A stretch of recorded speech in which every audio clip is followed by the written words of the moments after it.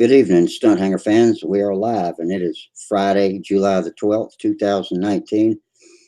And welcome to our Hangouts. And as usual, the links are posted in the Stunthanger Control Line forums if you want to come in live. You have to be logged in as a member of stunthanger.com, and you have to go to the At the Bench thread, and that's where you will find the links in the newest post that I posted just a moment ago before the show started. Click that to come in live with your mic and camera and visit with us, and we'll hang out here till about midnight at least. I hope I can go later than that. I've been kind of falling out and having to turn it off at midnight or midnight 30 or so lately. I'm feeling pretty good tonight though, so hopefully we can keep on going and we'll have some enthralling conversations. Got the chat box up for you YouTubers who would rather stay out there in anonymity for whatever reason. If you got low bandwidth or you just prefer that way, you got the chat box to text in there, and we'll incorporate your conversations in here with us the best I can, the best I can keep up with. I encourage our video viewers to watch the chat box too, and that helps me kind of keep an eye on things and takes the pressure off, and I don't get confused with the conversations that are going on one side and stumble and not know what to say. So anyway, welcome. I'm glad it's Friday, my favorite day of the week. Hey, Jack Snavely just popped in on YouTube. Looks like we got 4 watching now. Jack says, hello again, airheads and motorheads. That's us. And let me unmute before I forget.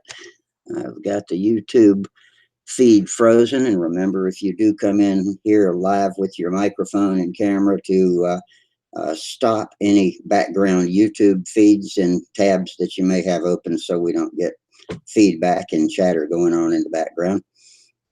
And we'll talk about aeromodeling or whatever you like to do in your shop, or whatever you did this week out in the field, flying or playing or whatever it is you like to do with tools and stuff.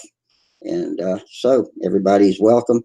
And I'd like to remind you, as always, the block $ at the bottom of the YouTube chat box is the super chat. And if you are so inclined, would appreciate if you would give us a little donation. Of course, that's for Sparky to pay server fees and stay in equipment that it takes to broadcast live from all of the events that he goes to, and keeps the control line community around the world informed, and scores videos and whatever from the Nats are coming up. And let's see, let me look at my camera, and people are probably there now. Let's see, today is the 12th. So yeah, people are probably gathering in Muncie as we speak. I think CL Scale might have actually been an event today. I do not have a list of events, so I don't know for sure. But anyway, there is a big storm coming in from the Gulf, and it's looks like it's headed straight for NOLA, and they're talking about 10 or 20 inches of rain there. They're urging people not to evacuate. I guess they don't want a mad panic. They feel like they could control it better if everybody just hunkers down and stays put, and I hope they're making the right call, because we don't even want to talk about the K word. We all remember that hurricane. I don't even know if this is, I don't know the status of this storm. Oh, hey, thank you, Jack. We got a super chat donation there. That is wonderful. We appreciate those a lot. But best wishes to all of you.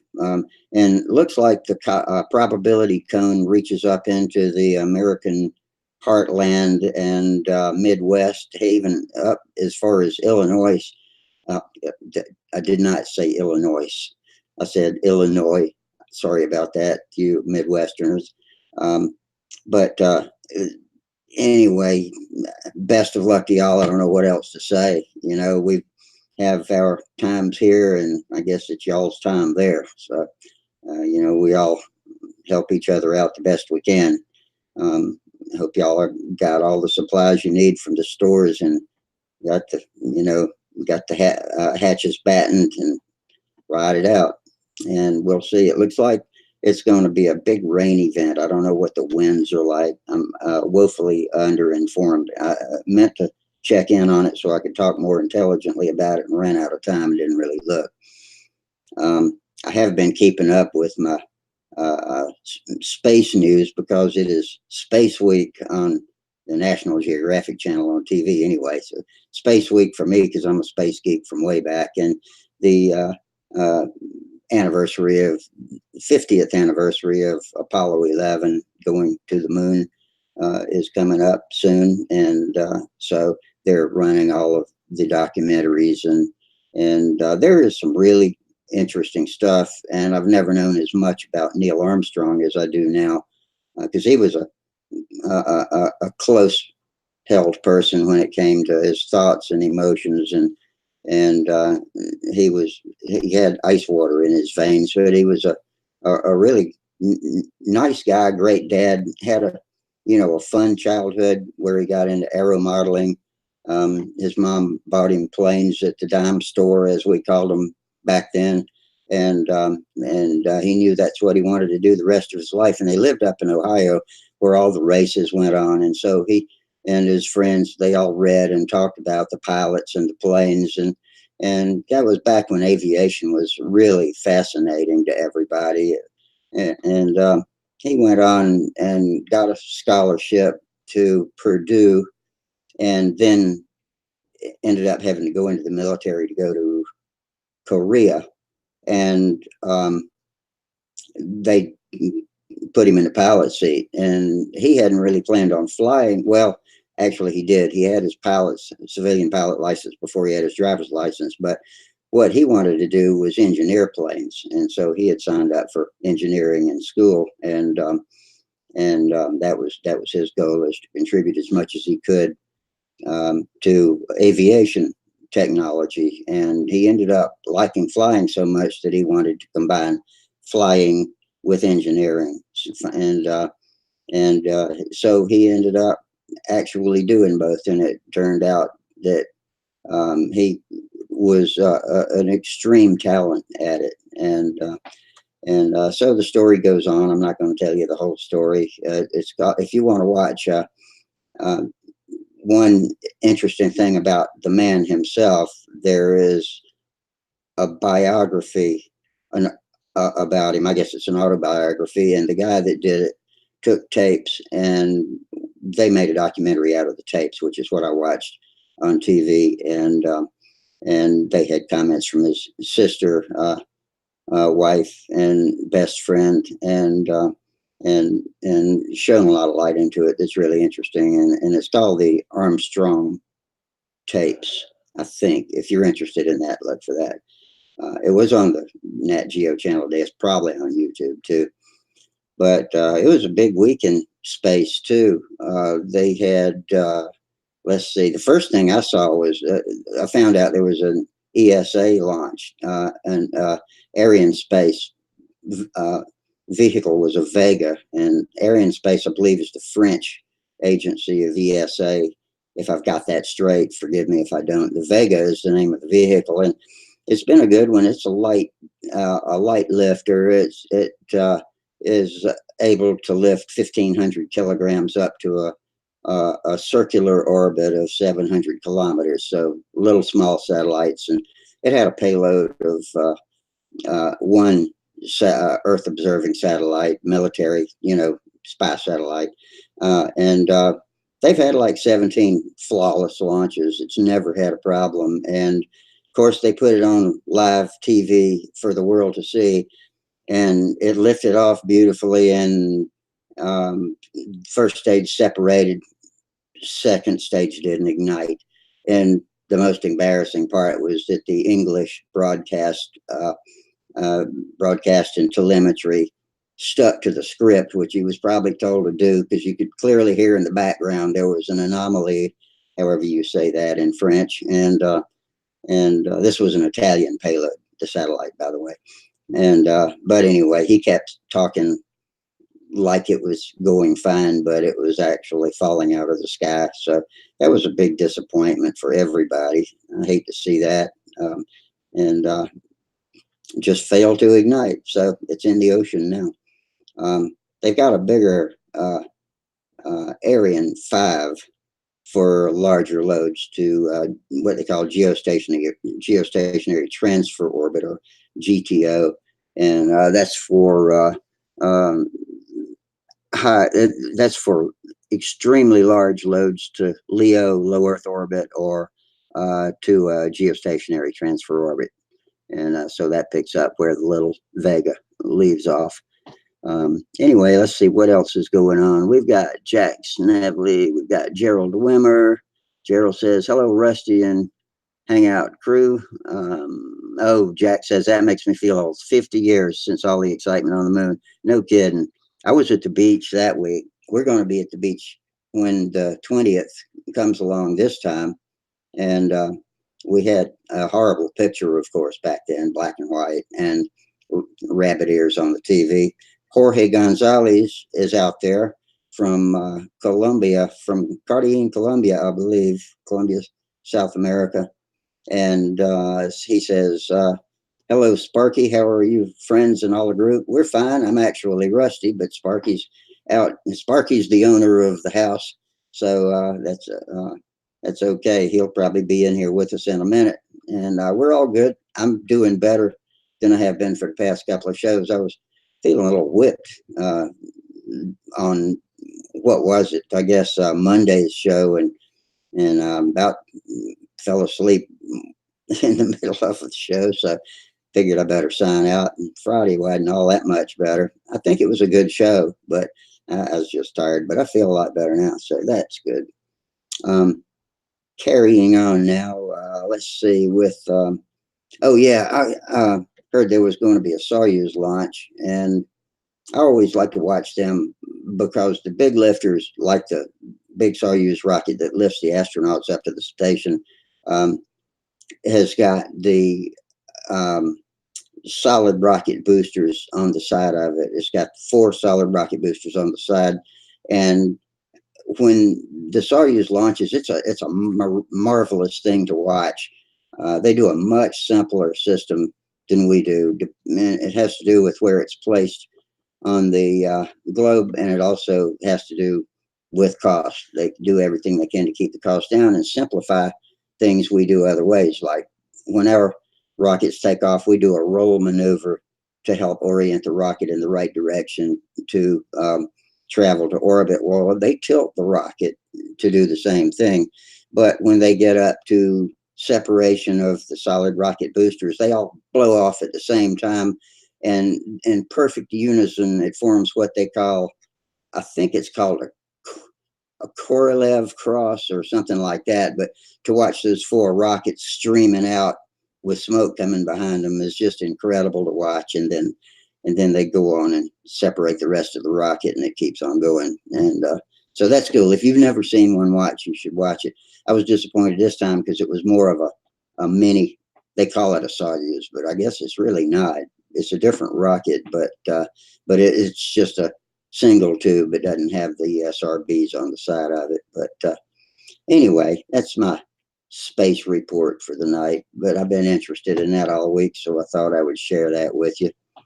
And I don't have much else. I've been limping around too bad to get back to the shop. So disappointingly for me and you, we hadn't got any shop report for tonight. I have to live vicariously through my friends. Oh, here comes Gerald. Hang on, I think that's who it is. Yeah, let me let you in, Gerald. And there you go. I've been looking around too bad to get back to the shop. So disappointingly for me and you, we haven't got any shop report for tonight. I have to live vicariously through my friends. Oh, here comes Gerald. Hang on, I think that's who it is. Yeah, let me let you in, Gerald. And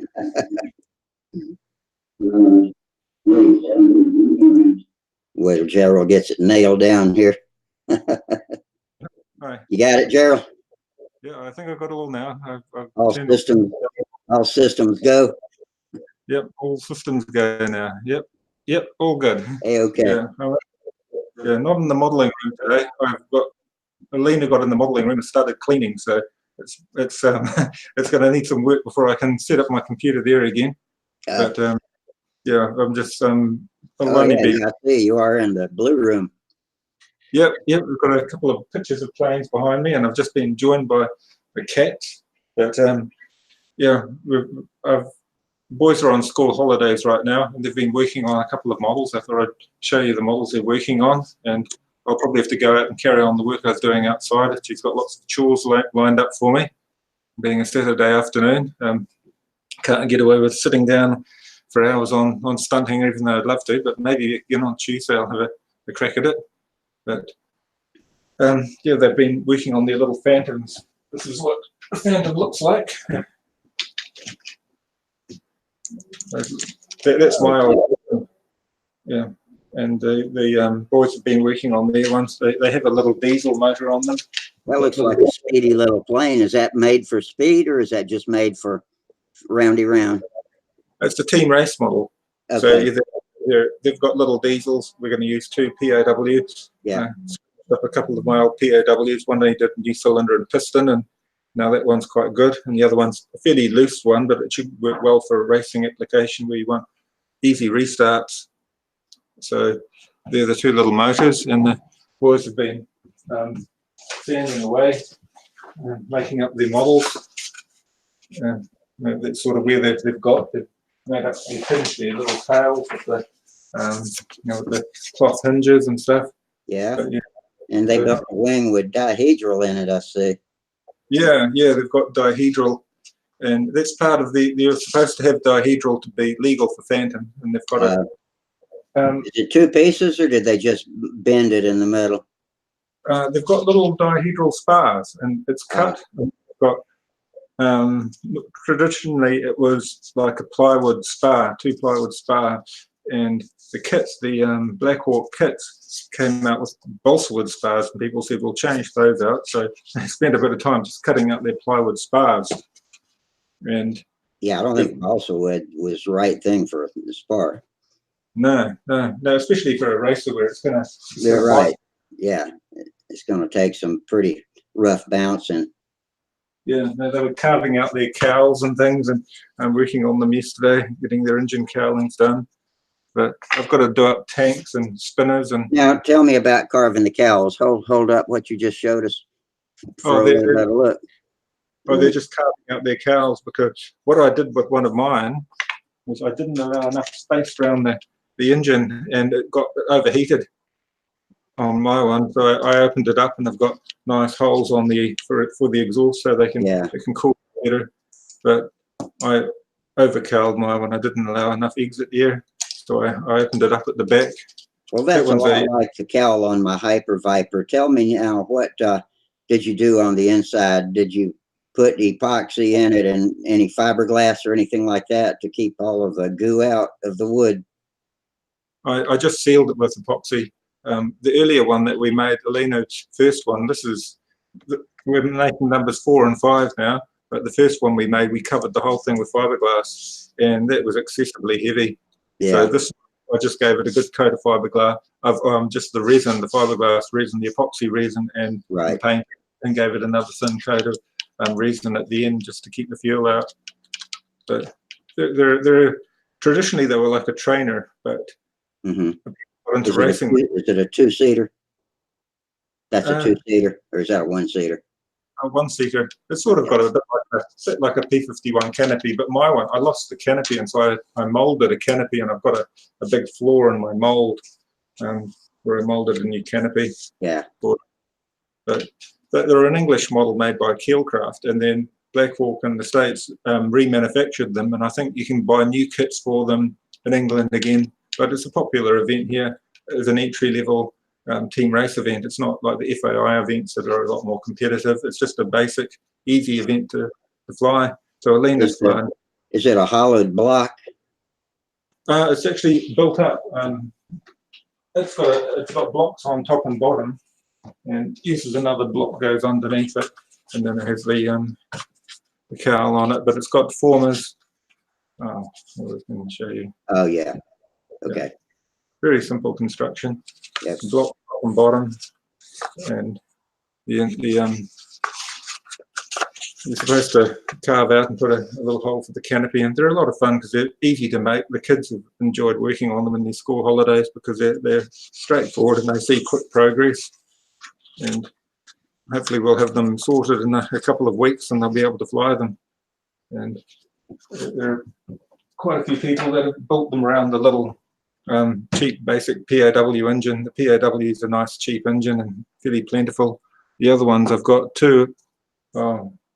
One's got a Mark 17 Russian engine, and this one, the rear induction one. Where is the PAW made? Is that an English engine? Yeah, the PAW is made by Tony Elflander in England, and I've got one with the Mark 17, a Russian engine, and another one with the little Czechoslovakian engine in it. An MVVS. I have to go and grab it. Yeah. The only Czechoslovakian engine I know of is the MP Jet, and I have a couple of those. That's a pretty high performance engine. I have the factory racer and the sport engine. Yeah, the MVVH is Schnell ported, so they're not really supposed to be legal, but people have allowed an exception because they're not a whole lot more powerful than the PAW. So it's a plain bearing one, the MVVH 1.509.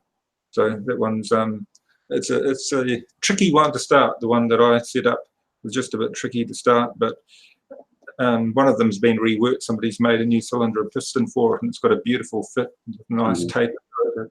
Remind me what MVVS stands for. Oh, I couldn't remember the name of the company. Oh, it looks like we've got Kim. Yeah, hey Kim. How you doing tonight? What's going on, guys? Not much. We're just hanging out on a Friday night. Me too. I'd give you the peace sign back, except that's about the best I can do. Oh man, I can't even flip you the bird if I wanted to. That's as close as I can come.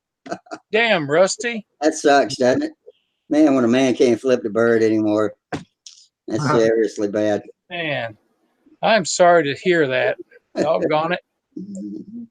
Try to reach between the wings and between the ribs and a wing when you're working on it.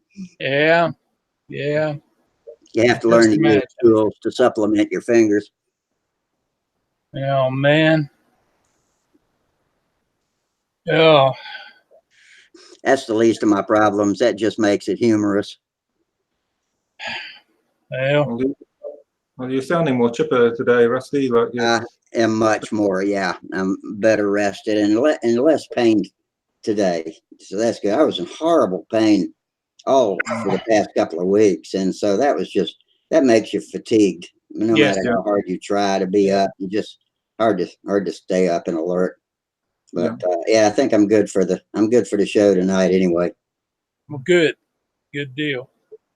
Sorry you had so much trouble the other night, Kim. But it might have been on my end. My computer finally just froze, and I thought I was going to end up having to take it to Best Buy and have the geeks look at it, and it just started working again. I left you a note on the YouTube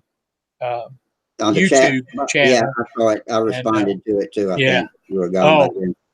Well, the thing was, I could do a little bit, and then it would freeze, and I thought, okay, we finally done it.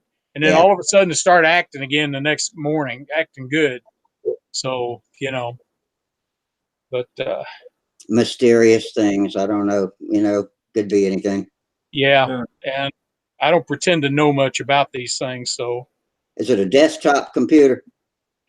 It's a laptop. Laptop. Yeah. I've never owned a laptop. I've got a tablet, but it's not much good. I even got a little Bluetooth keyboard for it. That makes it more convenient too. But you still can't do everything on a tablet that you can do on a laptop or a desktop. Yeah, I like taking mine with me. I haven't really made the jump to a tablet, but I got several restaurants that'll tolerate me, and I go in there and I spread out my little office and do my thing on the computer. If you don't need a tablet, don't get one. It's not a jump. It would be a fall. Oh, really? Okay. Yeah. Okay. They are convenient. I think Tony. They're great space savers, but they're a pain in the ass. It's just better than a telephone, which is like looking at the internet through a keyhole. Yeah, people try to help me with my app and stuff on my phone, and they're wasting their time. I use it to talk on, and I use it with my drones. And those are the two functions I can get the thing to do. Is this your first smartphone? Yeah, it's Yeah. a iPhone 5.5 or 6. I don't even know what it Yeah. is. But my other one died. I just want a phone.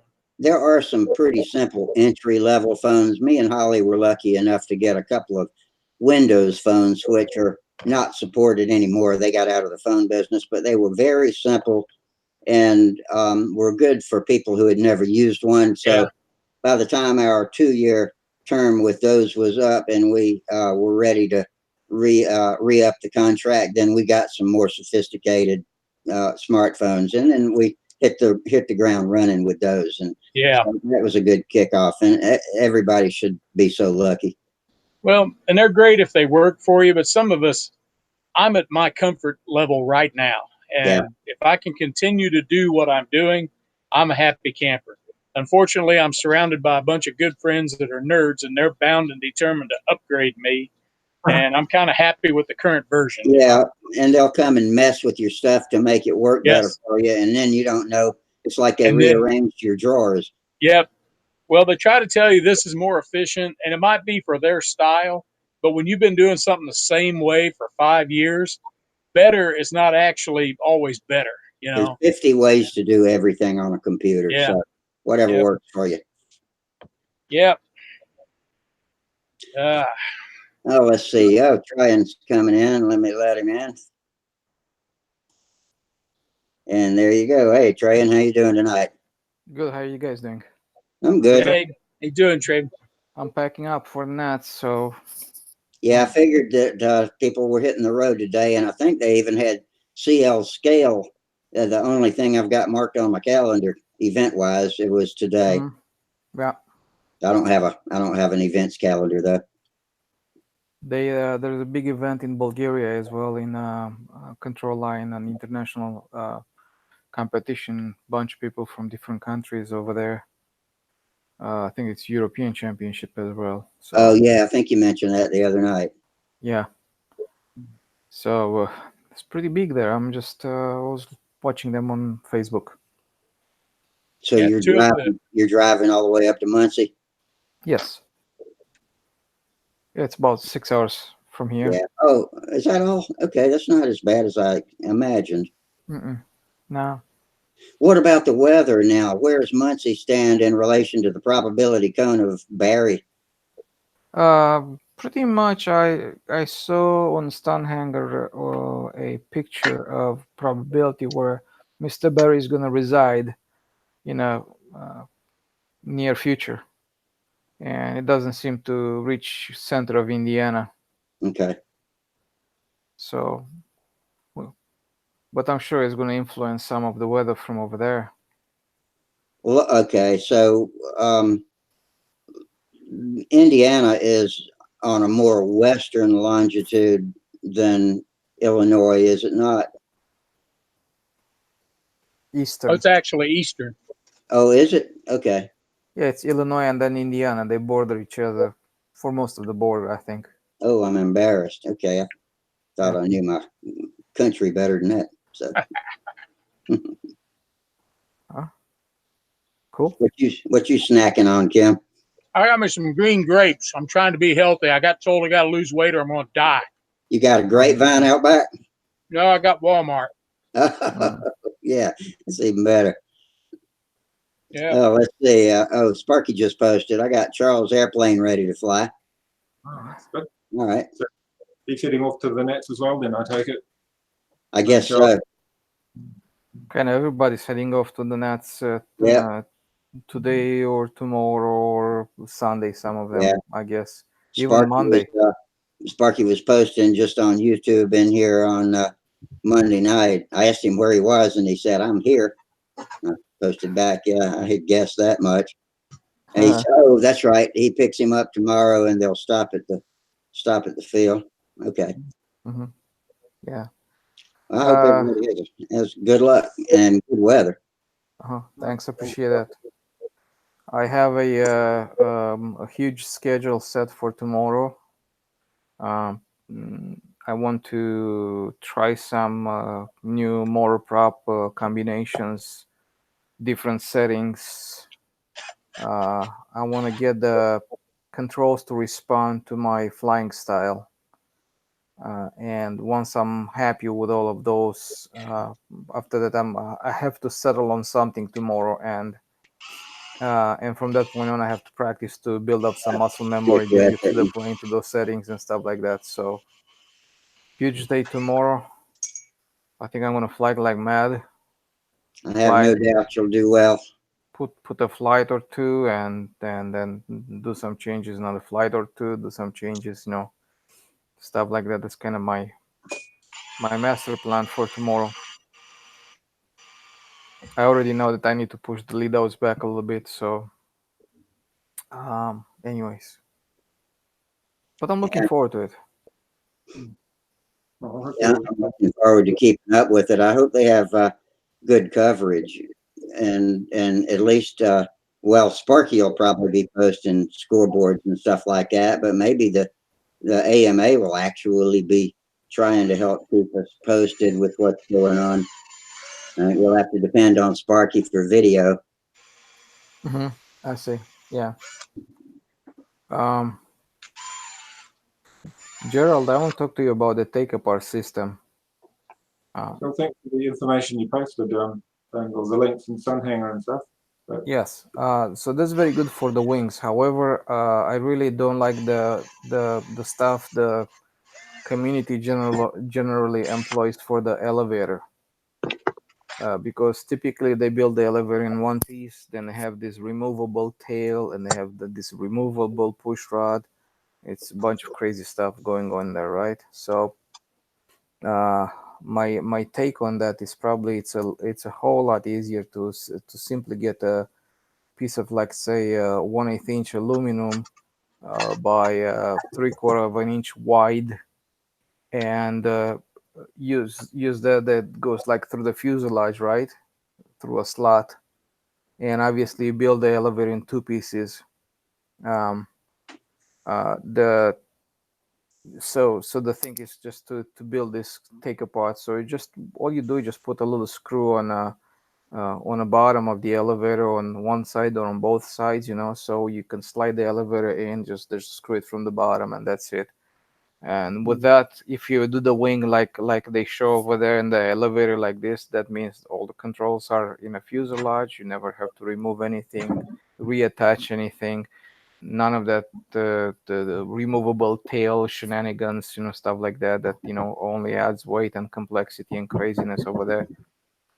uh, Yeah, you not know to mention more opportunities for error. Yeah, I mean, it's just now you have to fit parts. You need to sand them in block, sand them. Then when you cover, when you finish the plane, make sure the parting line over there where pieces meet and stuff like that, they are not, kind of wild and ugly and stuff like that. So it adds so much complexity over there. Then I just don't see it practical. Uh, uh, I suppose you're Probably using, because of the the syndrome, like we've always done it like this and it works, kind of thing, right? yeah, But it doesn't mean other ideas don't work. Another thing is like on the elevator. Actually, Gerald, on the elevator, you don't even need a screw over there. Probably even easier is to use a carbon fiber tube, right? yeah, So when you make your elevator, you have your template. Just drill 3 holes, 1, 2, 3, two to put them on the rods and and and and build it, right. And the one in the center is for like a tube retainer, right. So when you assemble the elevator, you just put the tube through it, through the fuselage. Put the two pins in a two dowel pins so the elevator don't rotate on the fuselage per se, right. And then just use a piece of clear Scotch tape and tape it around, and you're done. yeah. I suppose you're using similar technologies to what you're probably using your gliders, and also what you see in a lot of free flight models where everything comes off the fuselage, but the fuselage itself stays intact. So, Mm-hmm. we've got a few free flight guys in our club, and I can see the methodology similar with the tubes, the removable tubes and removable spar, so you Mm-hmm. don't have to breaking out. Yeah. In general, I don't think for the wings a big fat tube in the center to join the two halves is really practical because we have to deal with the bell crank over there.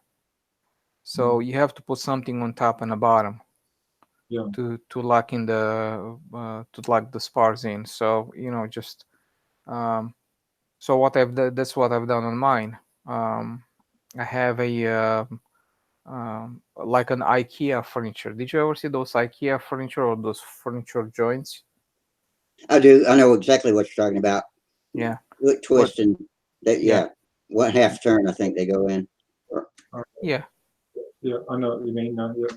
It's like a cylinder that has a wedge Yeah. with increasing thickness. So when you put the two parts together, it has a pin that goes through a hole into this barrel, and when you rotate the barrel, it locks in and it pulls the furniture tight, locked in. So long story short, that's what I have on mine. But it's not from IKEA, obviously. You've got a shrunk down system, I presume, something that's more compact. Yes, I mean just this system is very light too. A set of my system, like a housing, a barrel, and a pin that goes in there, weighs 2.5 grams or so. So if you're looking at the wing with say 4 of those, even 6 of them, it's like 12 grams. And now you take the wing apart and put it back together and stuff like that. So that's how it works on mine. It all depends what kind of capabilities you have and what kind of room you have and how you want to tie it into the spar per se. So yeah, well, that gives me lots of thought to play with as far as designing a new plane, because I've got existing models I want to finish off and get out of the way. I can see that you can't retrofit into an old model or into a kit, that sort of thing. But if I pick up on some of my earlier designs that I did back in the 80s and new that technology combined with an electric power plant, it sounds like it would be a very practical long-term development path to follow. And I'll just have to finish off what I've got, and I'm always having my time divided between my son's efforts as well. It's the same. You can see the technology that's taken place in aeromodeling is gone ahead and leaps and bounds through the 80s, 70s, 80s, 90s. The current combat models are so different to what they had 30 years ago. It really does make it look like another hobby entirely when you compare a model that they made in the 70s to what they've got now. It's just so years apart. Yeah. Why do you want to make a take apart model? I mean, do you have to travel places, or you just want to have one, or what's the deal? The main problem in the past, I made most of my models take apart because I was traveling with my brother with both of our stunters, and we put them in the boot of the car, so they had to come apart to fit them in the boot of the car. Now we've got a station wagon. We've been spoiled. I've been making more single piece models, and I just tend to stack them on top of each other in the station wagon. But we've reached the point now where we can't fit them all in. When we went to the last nationals in January, I had to leave behind my scale model, and all I could take was a vintage stunter. Because I couldn't fit all the models in the car. It just got too difficult. I only had one take apart model in the car, and everything else was one piece. And so I couldn't fit the stuff in our station wagon, which is a large station wagon. But unless I had a van, like a transit van, or I couldn't fit one piece models in until we changed the vehicle. Yeah, that's a bit further down the track. I see that. Now, I mean, do you compete in a lot of disciplines or just one or two?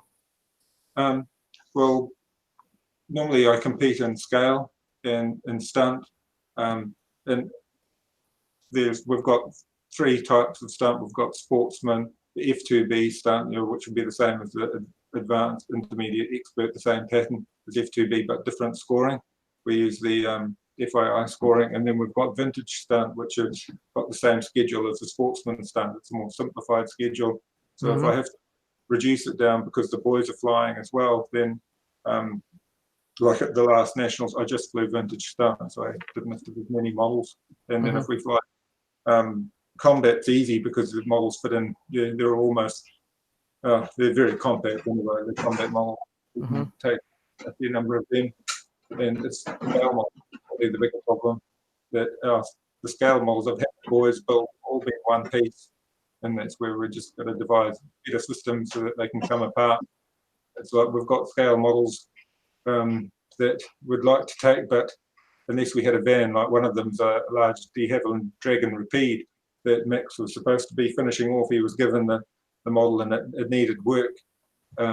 It's actually quite a nice model, but it's just way too big. You'd never fit it in a car because it is one piece. A twin engine biplane is not a small model. And Yeah. it's really, if it was designed from square one as a multi-piece model, it would have been possible to take it in a car.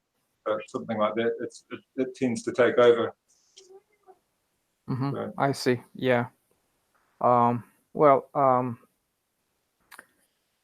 do you another thing about the take aparts that I want to touch? Take aparts are not very friendly with gas powered. I don't think you can perfectly seal it from the environment. yeah, And oil will always seep in the through the capillary effect, because you never have a complete seal between the wing and the fuselage, between the elevator and the fuselage, or whatever components you have over there. Have you ever considered maybe give electric a try? I have. One of the models I flew, my scale model from the National was an electric model, and that was a two-piece electric model, but it got converted into one piece recently after an incident. It ended up as a one-piece model. It got, but that's electric, and I've got another electric Stunter there. But, I have flown all my two-piece, multiple-piece models have all been low in the car, lower diesel. So I'm sorry, I didn't hear the last thing you said. They've all been glow or diesel. Take aparts in the past, they've all been glow or diesel. But the fuel does get in there, but you can put like a bead of silicone around the saddle where the wing sits. And Okay. some people would use, like on the RC models, you get that tape, like a foam tape that you could put around the wing saddle as well. That will keep most of the fuel out. But I know very few people are actually using glow now for our expert class of stuff. The F2B stunt, very few people are glow now. They're all electric. So it's just mainly for the classic stunt that will probably stay glow. I prefer to keep it with a glow model in the spirit of how it's designed. Yeah. Right. Yeah, I mean, I guess you might want to keep in one piece what you absolutely have to keep in one piece, and the rest of them take apart. I mean, combat is very easy to store because they're so flat, and you can put a bunch of them in a little box or something like that, one next to each other. If you do, if you settle on a plane that kind of you fly and your boys can fly too and stuff like that for stunt, you can make a bunch of them and make another nice box, put the wings next to each other, the fuselages next to each other, the elevators, and so on and so forth, right? And you can make another nice neat box over there, so you can just slide those two boxes on the bottom of your car, and that's like a big majority of stuff, and the rest of it just put a scale model, whatever you have over there. I don't know, it's just an idea. Yeah, I've got some model boxes I've made in the past, but yeah, it's just a new thing. You've got to plan something like that very well. Especially those people that travel internationally with their models. That's where the take-apart system has really meant that the models can fit in a much smaller envelope if the wings come off separately. In the old days, when it was the wing stayed one piece, the fuselage was one piece, the tail didn't come off, the box was huge. It was a massive box. Whereas nowadays, it's like the so-called suitcase models where it'll fit in a very compact space with everything apart. The multi-piece fuselage model does change it, but a lot of guys here are actually flying the multi-piece models like the GB, and that has become the predominant type of model for most of the flyers here. Yeah, you're buying imported models, and we don't have a builder of the model rules or appearance points, none of that for our Yeah, you can stunt. care less. Yeah, they couldn't. Yeah, it's just flies off the FAI rules. It's just for scale. Then you've got a builder of the model rule, and the obviously the individuality is a lot more important for scale. Yeah. Yeah. So yeah. We go ahead.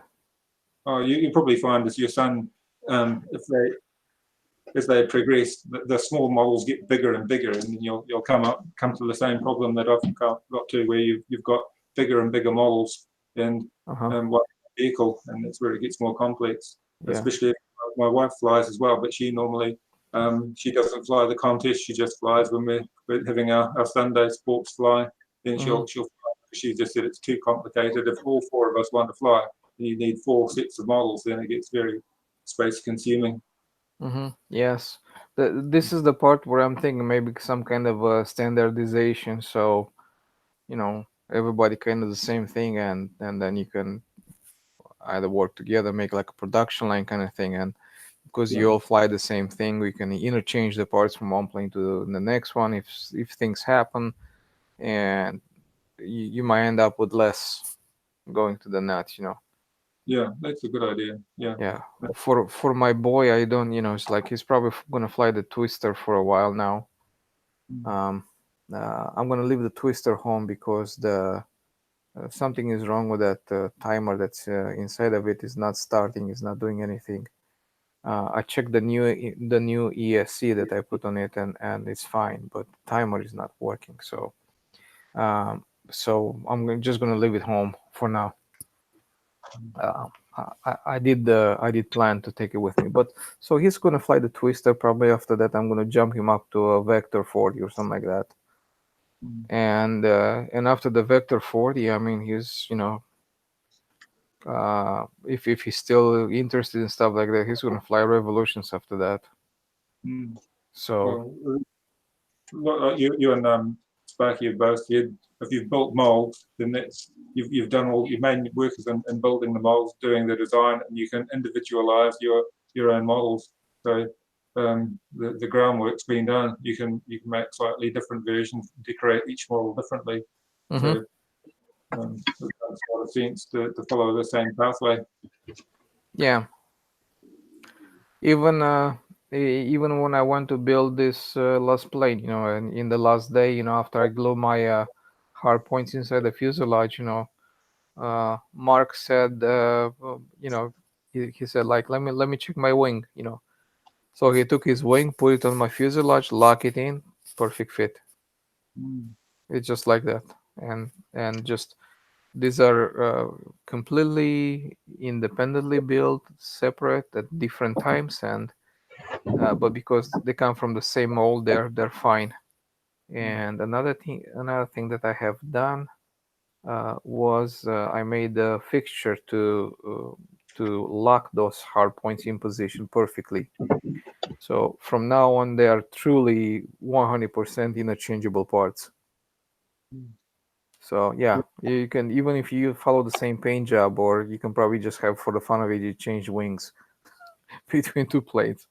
You know what? I want to fly my red fuselage with your yellow wings. Can I have your yellow wings? Yeah, here, bang, boom, boom.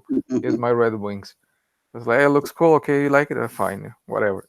Yeah, well, I suppose it was like that with combat models, where you've got interchangeable parts, where they'll just unbolt the engine mount and motor, swap it over, swap the tail over, and it's like the old Cox models in a way, where everything just interchanged. So if you had a couple of models, you could swap your wing or swap your fuselage if you needed to, and it would make sense to make it more practical. Yeah. So okay, so yeah, that's that. So yeah, for take apart for a horizontal, I think a tube that goes through the horizontal, it's a lot easier to accomplish and a lot easier to make with a couple of dowel pins, maybe some tape around it to take it in and out. It's perfectly fine. You can put inside of the tube a piece of aluminum and glue it in place, and then you can drill and tap that. So when you take the parts out, you just can put a little screw on the bottom, and that's that. And you can even remove the tube, and now the fuselage is very flat, doesn't have any protrusions out, other than the bell crank, the wires that go to the bell crank. Yeah. The stuff that Tom Morris already sells, and I think I think that's pretty good. Simple to implement, simple, easy to do. The whole complexity over there is just basically managing to drill 3 holes in good alignment to each other. So that's that. You can do that with when you make the templates for the wing ribs. And you can even flip flop them over when you do the templates. You put them on 2 pins, right? And you sand one side, then you flip them over. You finish sand all the way around, right? And you can even go do this back and forth a couple of times to make sure, absolutely sure, that they're symmetric, right? Yeah. And at the same time, you can drill a hole on one of them. You can even eyeball it whatever you want it to be, right? I mean, precision is not really 100% required over there, but then you can use this hole as a reference, and you can flip over the templates again and use the same hole as a guide to drill the other one. So now you're all symmetric, you're all good and perfect. Hey, Steve. Hey, Yeah. Yeah. Steve, I'm leaving the Hey. yeah. I'm leaving the twister home because the timer is not working. is that working at all? Not working at all. So what you got going on, Steve? Oh, trying to fix an airplane. Well, I got the airplane fixed, but we went flying tonight, and Samantha caught a weed or one of them buckhorns, Uh, and then her plane come up off the ground. Well, at least it wasn't going fast enough to loop or whatever, but come back down when it landed on the wheels. It bent a wheel, came in at her, came across its own Lines. tipped up, broke that damn $50 prop.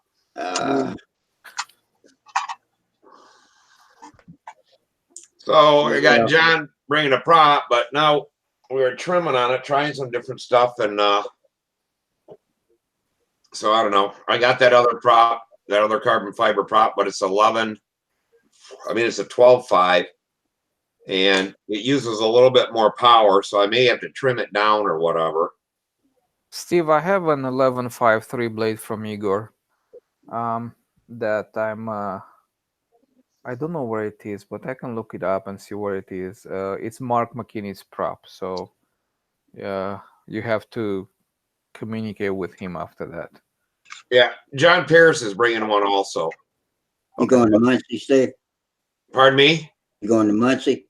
Yeah. We're leaving Wednesday. Mm. And the craziest thing is that they told Samantha she could only get 2 days off. So she took Thursday and Friday, then she has to work Saturday night, so we got to run back and she'll go to work. So she gets her schedule this week. They give her Tuesday off and make her work Wednesday. And she's like, if I could have 3 days off, why didn't you make it Wednesday? Wow.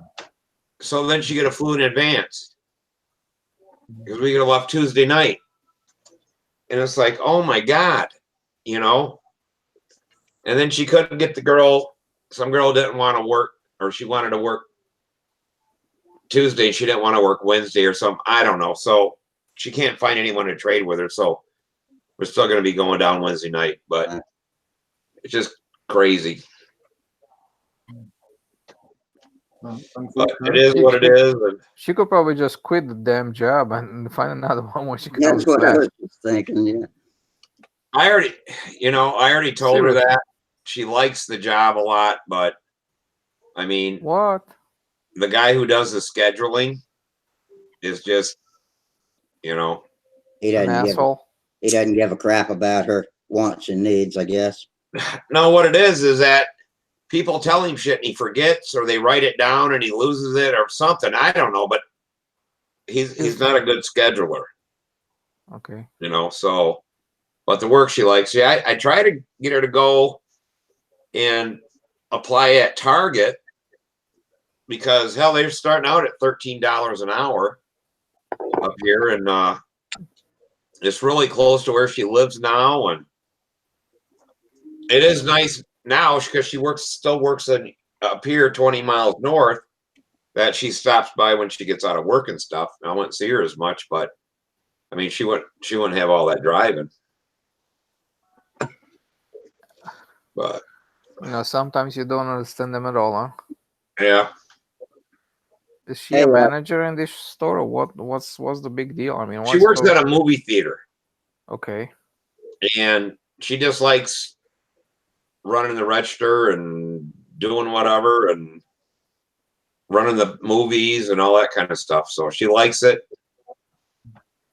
And now she opens and closes and all that kind of stuff. She has more responsibility and everything, but yeah, she likes working there. And do they give her more money for more responsibility, or the same? Yeah, they gave her more money. Yeah, they gave her $1 an hour. I think she's around $11 an hour or something like that now. I just go and work at Target for 13 then. That's what I said.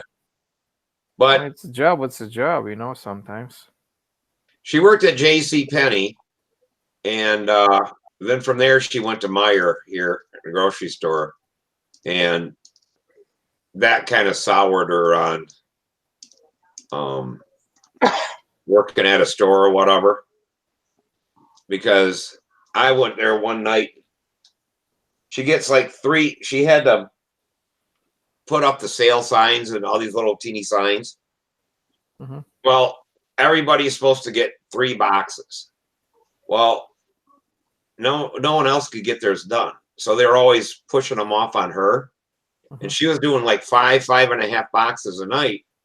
And she's like, you know, we all getting paid the same amount of money. You guys got to be faster. Or give her more money. Right. And they wouldn't give her any more money. She has double the speed of the other guy. She should be paid double.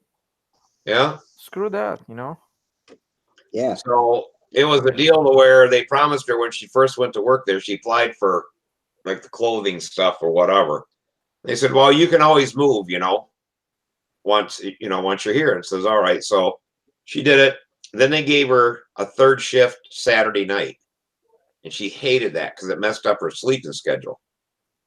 So when the job came open in clothing or whatever, she put in for it, and they said, well, we don't know if we're going to let you move or not.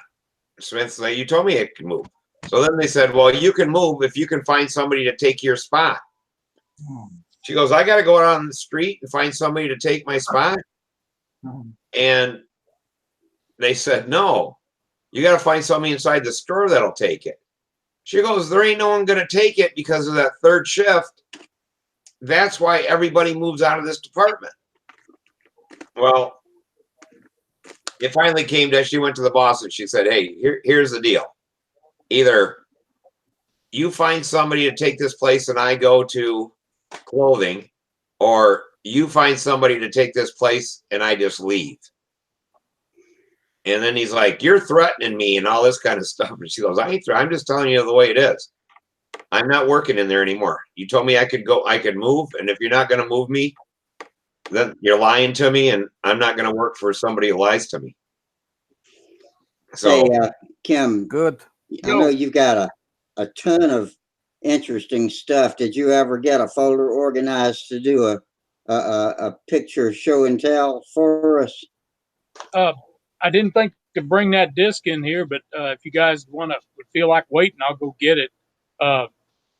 What were you talking about? Full scale or anything? I mean, I know you've got just a shitload. You've got what's on the ramp today pictures. You've got small pictures. You've got your Piet and pole fly-in stuff. You know, anything's good. Yeah. And I was just thinking, you know, just something to spice it up for everybody. excuse me, Yeah. I meant to prepare a little thing for it. Let me get my other drive, and I'll be right back. I don't know Okay, how this let's go up works. to it. Yeah. Yeah. Sure. Do I click on it here and you watch it, or how does that? Well, I'll break. I'll, You have a yeah, go presentation. get You it, can and present your we'll walk screen. through it. It's pretty simple. okay, I'll go get the drive. I'll be right back. Okay. Simple or not, guys, tomorrow at 5 o'clock I need to go and start to jump on the roads. So I'm gonna call it off tonight early. Yeah. Okay, Shane. Okay. Yeah, get I rested. called you earlier trying and you didn't answer. But Uh-huh. Dick has that. Oh, that was We already talked about. Now, Yeah. John Pearce is bringing another Fioroti timer Uh-huh. to the net. So if you want it, we can try different things if you want. Well, sure, I'd try it. Okay, I'll throw that plane in the car then. And maybe bring that timer along, and we can kind of see what's going on with that, how it compares to the other one, and Okay. they may be doing both the same thing, and they ain't gonna work no matter what, But yeah, John Pearce will have he'll have that timer. Mm-hmm. So yeah, maybe we can play around. I don't know. Hurricane may be coming in too. Yeah. They're talking about rain Wednesday, Thursday, maybe Friday. Uh-huh. So Yeah. I Well, have a feeling that things are going to be going late into the night on them days mm-hmm. when the rain comes through, and then they'll fly and stop. And Yeah. we did that one year, but they got everything in. It's gonna be interesting. Okay, so yeah. I'll be happy to get a week off and enjoy Yeah, camaraderie we'll and hit the pizza flying. places and shit like that. So Yeah. you ever met Banjock? Yes. Yeah, he'll be there. So he's always fun, and them guys. Yeah. Well, fun. I used to be going there from 96 to 2002, I think. Every year, and there was the Windy group, Oh Windy yeah, that was Lebowski group, something. and they were just nuts. Yeah, they had fun back then. Oh my goodness, lots of fun. I mean, those guys were just crazy fun. Right now, I'm not sure. It's like but maybe I was in the wrong place, anyways. So, good night, guys. All right. Be safe, Thursday. Brian. See you later. All right, bye-bye. Dick will be there tomorrow, but I'll see you Thursday, man. See you. Okay, cool. Thanks. Bye. Bye. Okay, Kim. So what do you got there? You got a folder with just lots of pictures on it? Yeah, basically. I Okay. didn't know how the videos would work. I'm trying to open it. I can't get my tool bar to come up, and I can't minimize. I'm Video sorry. don't do well, so we'll stick with pictures to start with. But okay, Okay. so you're sitting in front of your video window with your mouse, and if you hover over to the left edge of the video, a little Okay. bar should pop up with a few icons in it, and the screen share is a green box with a white arrow in it. Okay. That's my problem. I'm over to the left. The screen isn't responding about anything. I tried to minimize the. Make sure the screen's your active window, and just click anywhere in it. Make sure it's brought to front, and retry the mouse hovering. Yeah, if I click it, if I just click in the main deal, it'll come. It makes it go away. Yeah, I have to try several times to get it to pop up. If you do get it to pop up, then we're on the road. If not, then we'll just. Usually, I just wiggle. If I wiggle my mouse, mine will pop up. Okay. Nothing is happening on this end.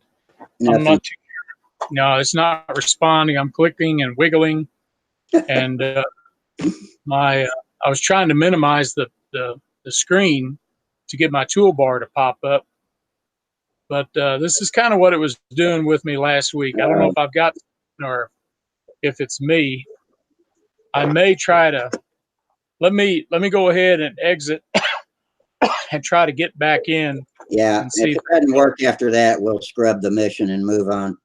Okay. All right. Here we go.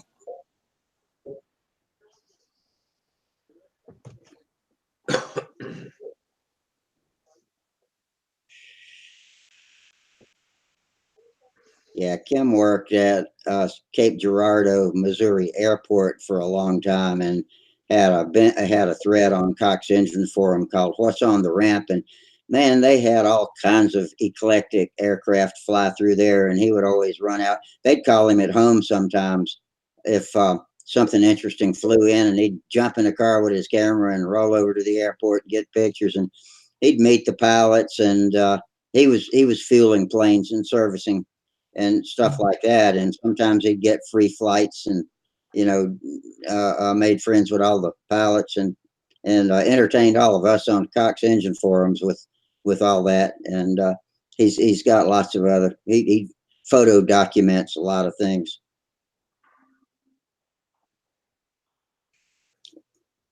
Looks like his thumbnail froze up when he left, but hopefully he'll be back momentarily. A little slow Friday night. If I know this show, it'll start piling up about 11 o'clock. People will be coming in left and right. Yeah, I should try and put together a little folder of some pictures I could share of our local aviation museum, MOTAT, when I've been there, and I can share a few pictures. They're all in a bit of a mess. I'd actually have to dig through and find them and put them in a separate folder. Yeah, it's hard to do when you got to hunt all over the place, and if you want to screen share. Yeah. Yeah, I keep a folder on the desktop strictly for the show, but I hadn't even looked. I don't even remember what's in it right now. I think I've got a crash compilation in there. It might be kind of funny. Crashes are funny years later, not necessarily right away. Mm. Yeah. Charles Carter get on tonight at all? No, he's trying to coordinate a trip to Muncie with Sparky, and Sparky just posted a little while ago that he's heading out Sunday, but he says he's got Charles' airplane ready to fly. He's going to pick him up tomorrow, and they're going to stop at the field. I don't know where all that's taking place, and then I think they're riding to Muncie together or something like that. Oh, okay. Sparky's watching us right now. All right. Well, I got Charles' flight box all put together, so we'll have a flight box when he gets there, fuel and stuff like that. Dick Imoff is bringing that. So what? Okay, where is Dick already headed out? He's headed there tomorrow morning. They're leaving at 8 o'clock. Okay. So Now, how far away are y'all from Muncie? he's about 4 hours. I'm about 4.5.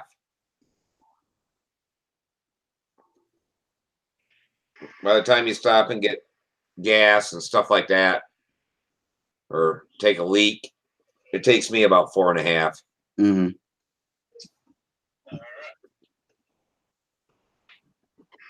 When I used to pull my trailer, it was about 6, but it went a lot slower and everything.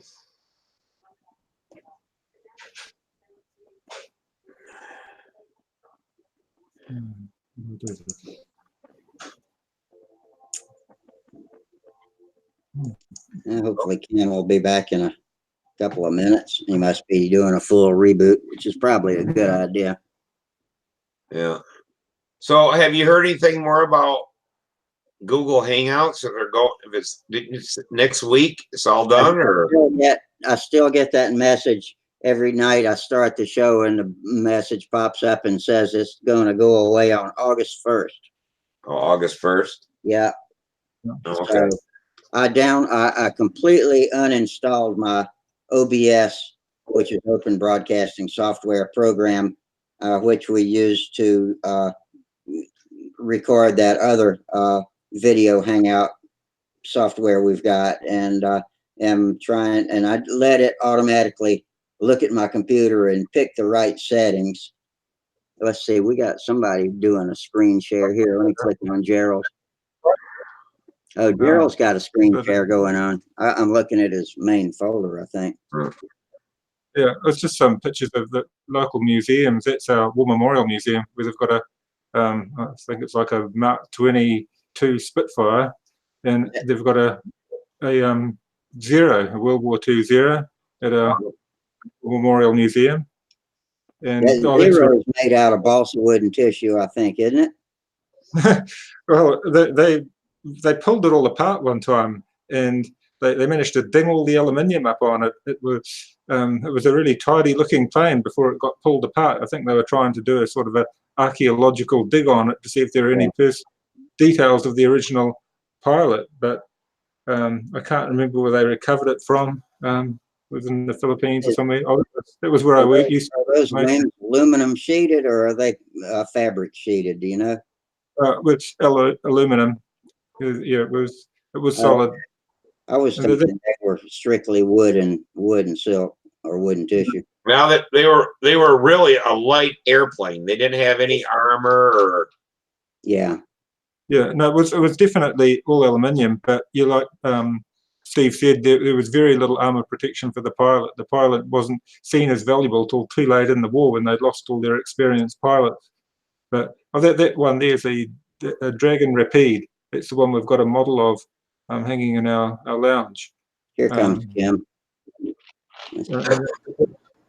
That's our Avenger at our local museum. Can you see that? The grey Grumman Avenger. Oh, And there you go. That's the P-40 Kitty Hawk. I think that was a local plane. They had about 400 of them here during the war. Oh, yeah. Yeah, okay. Yeah, I don't see the Kitty Hawk. Go back one. Do you see it with the white nose? I do. It's on this middle row next to the last, third from the right on the middle row. Oh, okay. I seen that light across. I thought that was a biplane. You just see a reflection. Okay, Kim, what's it looking like now? Well, I've got a toolbar. That's the good news. All right. And I actually have a couple of toolbars, whatever you call them, up on the screen. Can you hear me okay? I can. Okay. Okay. Well, I don't want to bore anybody, but I got pictures from small. I don't know how. Can you guys see this as I do it, or how's this work? No. What you're going to have to do first is go ahead to your folder and pick your first picture and open it in your favorite photo viewer.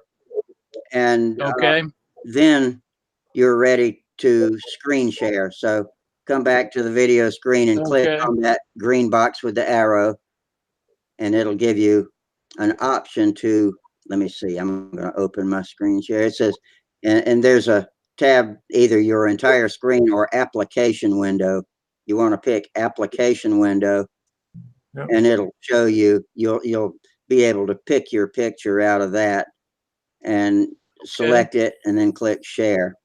All right. And then if you want to go back to your video viewer, you can use the left right arrow on it to just scroll through the pictures, and we can see them when you do that. Okay, so I go ahead and click share on this, your entire screen. Is that the application I want? Share application window. Okay, application window. Okay. Yeah. All right. Otherwise, we go through your folder. Okay. All right. And then click share. Now, first, open a picture in your photo viewing program. Okay. All right. Stand by. You might have to go back and reselect. Okay. I don't see it yet. So go back, hit the green arrow, a green white arrow, and pick application window and click on that picture if you see it, and then click share at the bottom. Okay. All right, I'm going to try again here. Application window. Yeah. and I am screen sharing. And Um, okay, you are showing me. yes. Okay, you gotta. Do you see in where it says application window? Do you see a picture of your plane or whatever it is? When I go to application window, um, no, I've got a really You see your small. photo view. Not yet. No. Um, I don't see a way. Do I click But on it to well, choose the first contents? in the background, do you have that picture open in your photo viewer?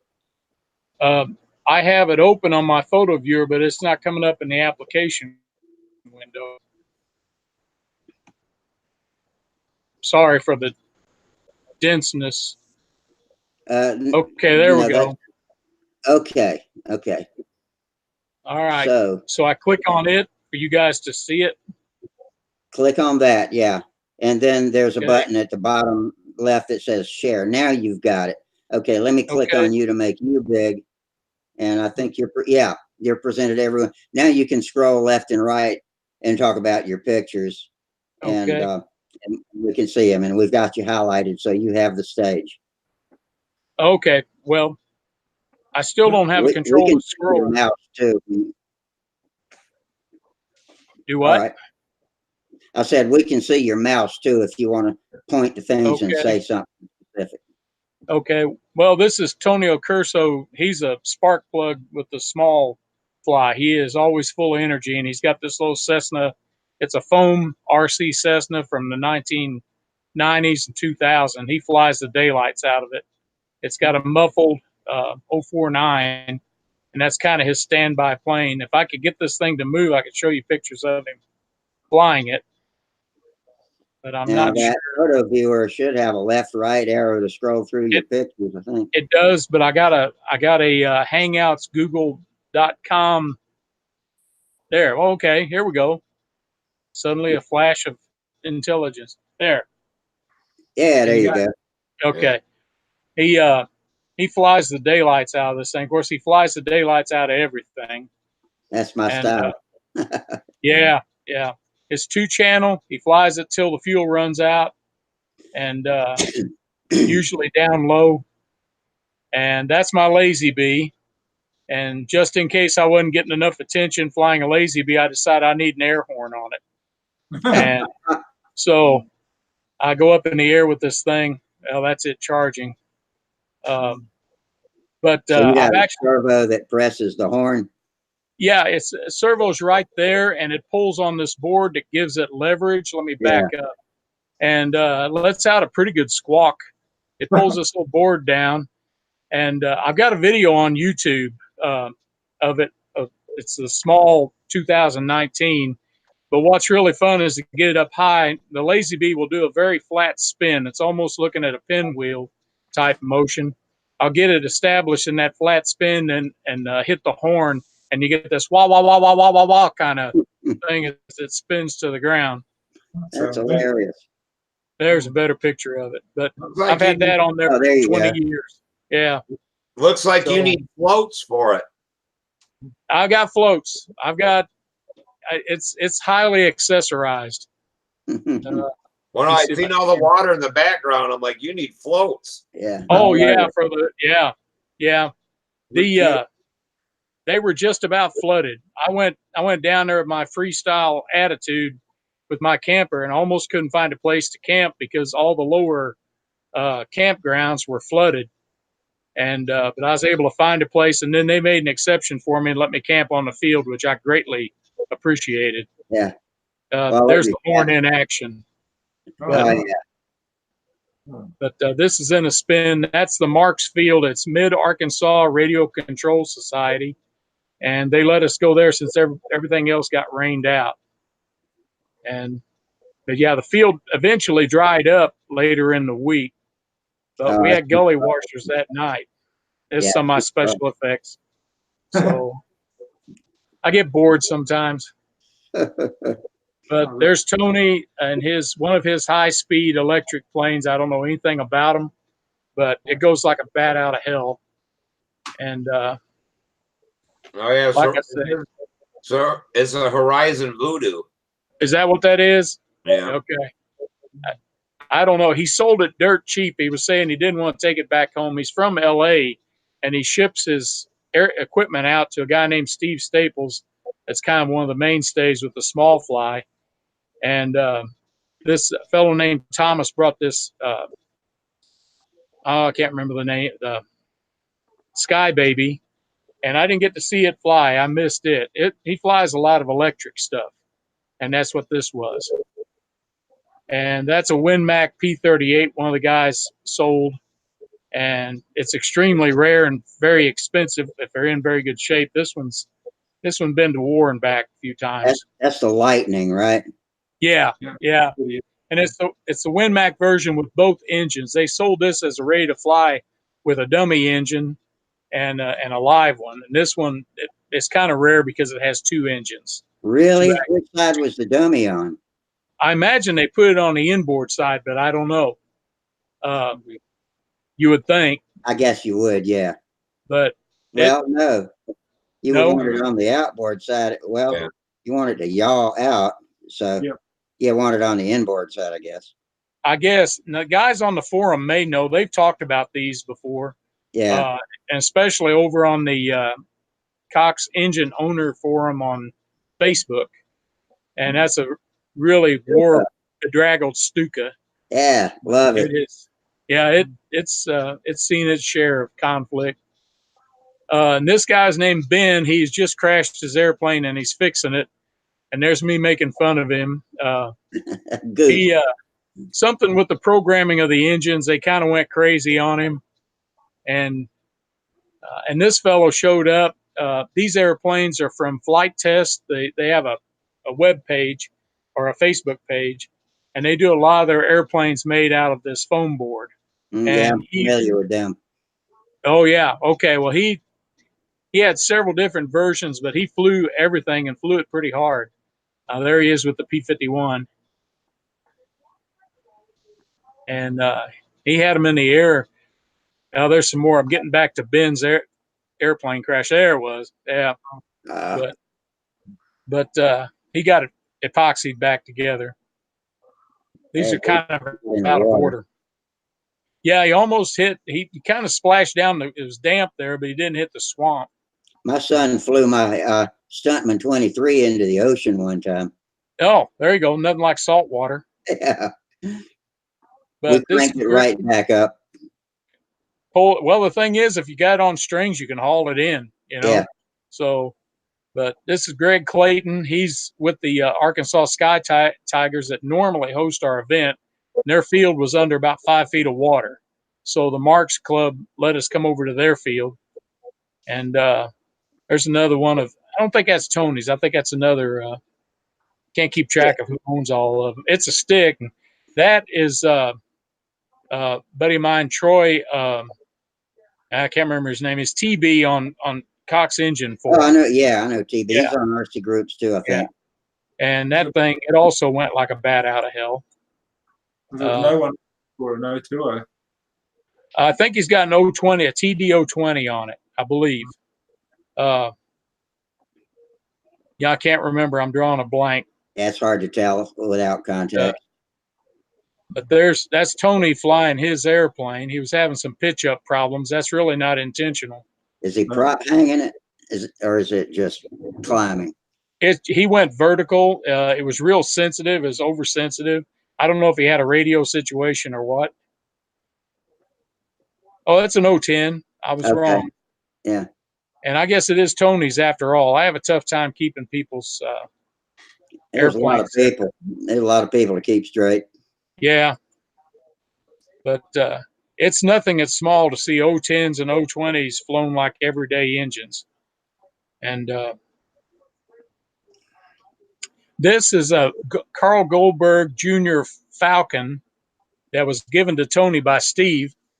And he put it was originally a single channel plane, and he kept it like that. There's no elevator.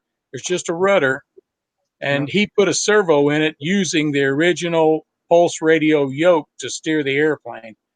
There it is. It's actually in order. This, I'm sorry? I can see the yoke there, yeah. Or I can see the original push rod. Yes, it's a torque rod, and it actually, the servo, of course, moves this left and right, and back at the back on the rudder, there's a yoke and a vertical rod, and we're back around again. But he inspired me to do that. I didn't mean to totally close out, but I've got a small single channel plane that I'm flying that uses the same system, and I'm jokingly calling it the Tony mod, although I think it's been done before. But Oh, that's neat. I accidentally X'd out of it, I guess. That's all right. That's Great. Thanks for sharing it, Kim. That's neat. yeah. Those little planes are. There's a lot of fun. A lot of different ways to be having fun with those. You always think of neat stuff to do. I had never heard of a keychain camera until you started putting them on your bird of time and that sort of thing. Sure, absolutely, absolutely. Well, I suppose with control on, we don't tend to. You guys still there? Can you hear me? Yeah. Yeah, we're good. Okay, good. Let's see. I'm gonna unclick you there. Okay, we're back to normal now. Okay. If Good. anything you want to get back into, we can set up again. But yeah, that was entertaining. Thank you. You're welcome. Yeah, single channel all of a sudden is all the rage. And I've got one ordered from Laserworks. Fast Eddie's going to make me a twin Carl Goldberg Junior Skylark kit. I'm going to have twin 020s on it. So I've been sitting here overhauling them. So we'll see if I can screw something straight in the ground. We'll find out. Do we have a tack race in the future? If we set one up for this year yet? We haven't yet. I may try it again. That deal was so traumatic for me that last time. I had a bunch of family problems going on, things going on. I picked the wrong propeller, and I was about to over torque everybody's engines or overspeed them, and I just felt terrible about it. Now Ron took it the last time, and he might take it this time. But I was already kind of a nervous wreck having everybody mail me their little engines. Yeah. We had guys from Italy and Greece in the previous ones, and it was just real. It's my own personality as far as having other people's engines in my shop and then mailing them back. I couldn't rest until I got notification that they got the engines back. Yeah, I remember you. I sent one of mine to you one year. Yeah. Well, you remember the guy that he's from England, Nitro Planes? Yeah. What was his name? I don't know. I never knew. Indra or something like that. Well, okay. Yeah. But he mailed me his. The envelope had been opened. His mail order or his check or whatever it was, his money was gone. Luckily, the engines were stuck down in the bottom of that envelope. So I actually got them. And he insisted on paying me for postage to get it back to him. And but like I say, it's just a traumatic thing. It was fun when it was over. Yeah. So, well, the work itself is maddening with that little tiny 256 hardware, and you just it'll wear you out. Yeah, for mounting the engines, I use number 2 wood screws and a ply block. I went to a carpet cabinet maker, and I've got a whole bunch of little hardwood blocks. That was probably a good idea. Yeah. Yeah. I use Bernie's type of. This is kind of an exception, but I just put the block inside, and I can change them up. And but I got several of the engines. Oh, here it is. Trying not to scratch everybody's fuel tanks is hard enough. Yes, all of it, and worrying about. And some of the guys were just picking an engine out of a drawer and sending it to me. And the idea is you kind of tune it and you get it race ready, so I don't have to do a bunch of. Yeah, that's what I did. Yeah, I know, and I appreciate it because these old suckers, they can be hateful anyway. Yeah. And but for the most part, I had a lot of success. There were only a couple of them I absolutely couldn't get running. Yeah. I don't remember what I sent. It might have been that one that I tuned up, Black Widow, using the Paul Jabot reference. It could be. I think I turned over 20K with it. Yeah, I've got all of that stuff saved with the pictures and everything, and the class photo. The photo taking was what was most fun for me. I love taking pictures. Yeah. And yeah, you're and a pretty video. good photojournalist. Well, I take a lot of stuff, so it makes me look that way. So digital photography is great, man. Man, isn't it? But no, those things were fun. They were, like I say, they were fun when they were over. I about had a nervous breakdown while it was going on. Yeah. So Yeah, maybe Ron will take it this year. I'm certainly not up to the job. I would love to be, but I'm not. well, for me it was stressful. It was very stressful, and but it was that kind of stress that it can be enjoyable. Yeah. But it was a lot of work. I took pictures of each engine laying by its mailing tag. So my fear was I'd mail a person the wrong, return the wrong engine to the wrong person. And I think one time I even wrote you, and I can't remember what I sent you, but I had your address totally wrong, and they still delivered it to you. But that I've was a little had bit that stressed. happen several times. Yeah. I bought an engine from Mark Boson for my shoestring one time, and I live on Elm Tree Road, and he sent it to Elmwood, and there's an Elmwood in Columbia, so it went all over the United States. Oh, here comes Lynn Burrell. Let me let Lynn in. I'm trying to. Hang on, Lynn. I'll be with you in just a second. Here we go. And hey, Lynn. Hey, gentlemen. How you Welcome. doing, Rusty? Lynn. How's everything up in Canada? So far, so good. Good. So, No complaints. what do you have, insomnia, and you want us to put you to sleep again tonight? See what you can do. Hey, I'm the one that's been conking out the last couple of shows, so I win the prize for the last couple of weeks.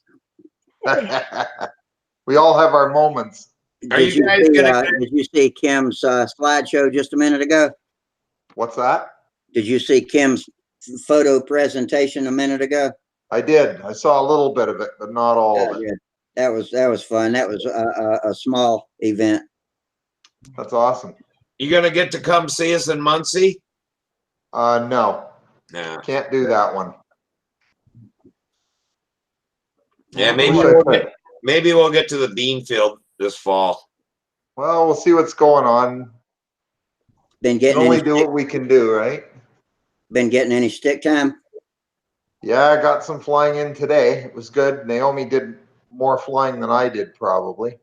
How's she Getting better. She coming Going good. Are you flying your YOY? I haven't flown it since Brodax, actually. It hasn't had any airtime since then. It's just sitting on the shelf downstairs.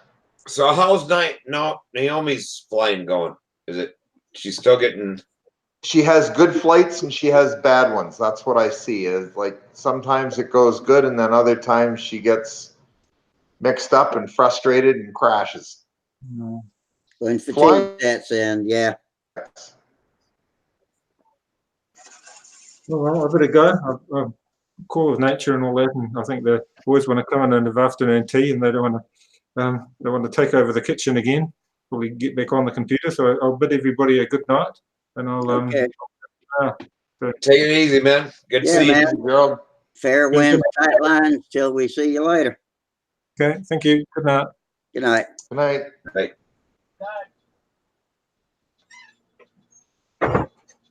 Yeah, I think I'm gonna get off here too. I got up at 6:30 this morning, and I'm just running on empty. You're running out of gas. Yeah, I'll be doing a Leonard. Well, I just got a text message from Will. Yeah, doing the head bobs. All right, see you later, Steve. What did Will have to say? He says watching the show in the shop. Triple Tree Aerodrome has registration open all in the fall, September 27th to October the 5th. No contest, just fun flying and kids flying ring rats. Me, Mark Weiss, Max, and maybe Wayne will be there. Well, that's cool. Yep. So that's cool. Maybe you'll be feeling better and go down there and fly. Maybe all electric. I'll just have to be a spectator. Oh, it's only electric? Yeah. Yeah. Nolan Fall is, I think that's all electric. Let me double check. Let's see. No contest, just fun. Nolan Fall. I don't know. Oh, we'll find out. Yeah, maybe it is everything. They used to have an all electric event, so I don't know. This may or may not be it. You feeling any better this week? I was just gonna ask the same thing. I've had on days and off days, but I'm feeling pretty good today. Actually, I've got enough rest today, which makes a huge difference. But Yeah. I've been in just so much pain, and that wears you out. And Most definitely. I'm having a little respite from that right now. So yeah, I'm enjoying it while it's here. I'm still using the walker. I can't walk without it, but hey, it's still less pain than there was. So I'm a little less worn out. For what it's worth, I'll take it for right now. I just hope it keeps getting better. It probably will. At least it's a step in the right direction. Yeah, I keep having these steps forward and steps backwards. That's the way it goes. I hope to make some. Is this therapy overdoing it, making you sore? I believe that's exactly what happened. I've checked out now. I'm not going back. Just going to heal up. And we're going to the beach next week too. And I'll be doing a lot of sitting on the porch, rocking in the chair, and chilling out and talking, with everybody. And my son, he and I are favorite conversationalists, talking about science and the universe and things like that. So, I'm really looking forward to that. That's awesome. And Holly needs a vacation too. She's sick to death of taking care of me every minute of every day. And so hope she gets a little chill time too. A lot of chill time. So yeah. That's great. It's gonna be good for everybody's head. Yeah. All right, guys. All right, Steve. I'll see you later, Steve. I'll see everybody Monday. Fair winds, tight lines. Yeah, right. Take care. That was a little slow. Hey, Rusty. Yeah. Do you ever see the young man Matthew Mullaney anymore? You know what? I looked him up to see if he'd logged on lately, and I think he did back in January. But no, I hadn't heard nor seen from him. I was hoping he was doing good. He seemed like a sharp kid. He is, and they have a very big Catholic family and lots of duties. And they're all expected to pitch in and work and do their hobbies too. And I think he was working on guitars and stuff for a while, which coincidentally enough, a lot of these guys do. Bob Hunt, he builds guitars, and a lot of others. I think Alan Breckhouse was a musician. George Hostler is a musician, and so. But I think that I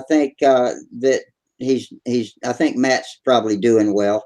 I should send him a message or something and check in with him. But he had fun with Control Line, but I guess it just didn't fit with everything that he needed to do.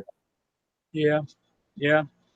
Oh, good. I just wanted to wish him well. If you talk to him, tell him I say hi. Oh, well, I might, this summer, maybe I'll make a point of contacting him. And if I ever get back to flying, maybe I can get him we can put up a couple of flights in the churchyard or something.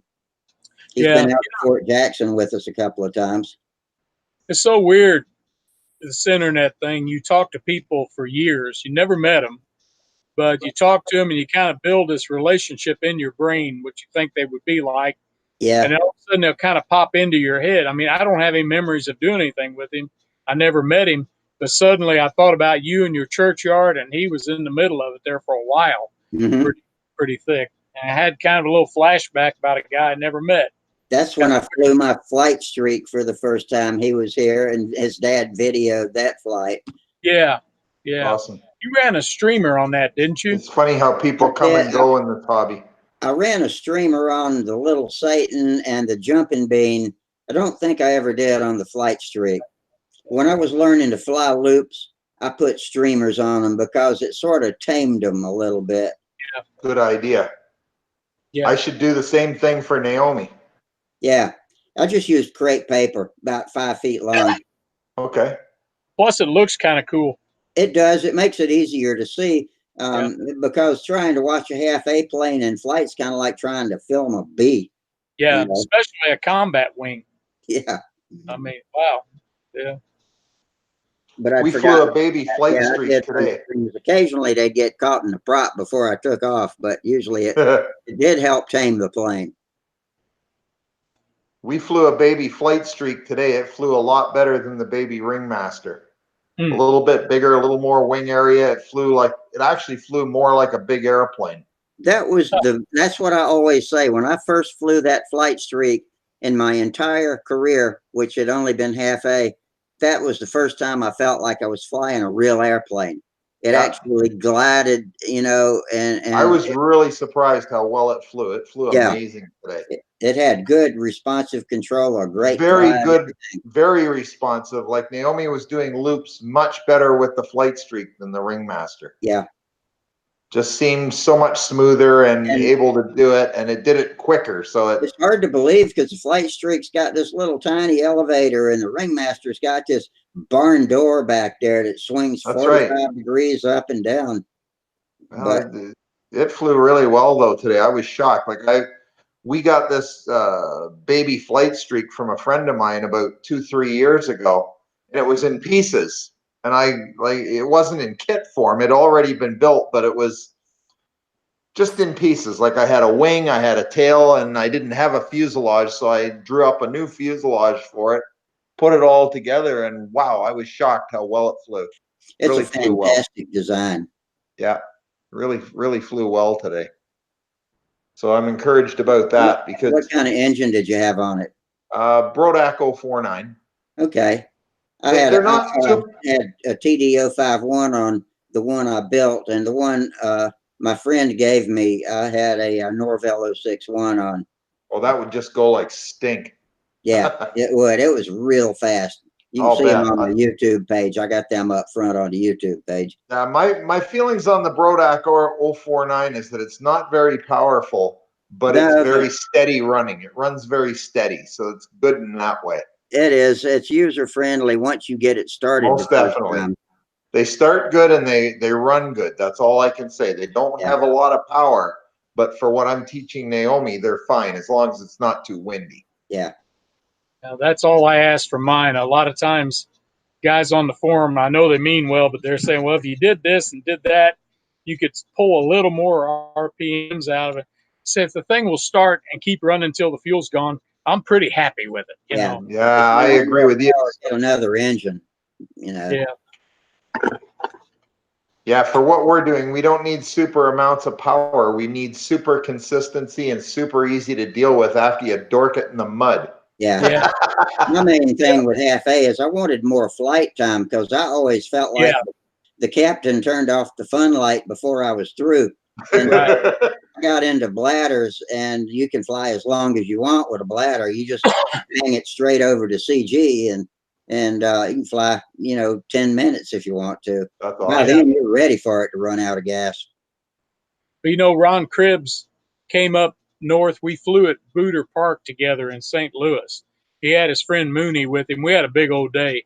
But I think his was a flight streak. He was running it on bladder.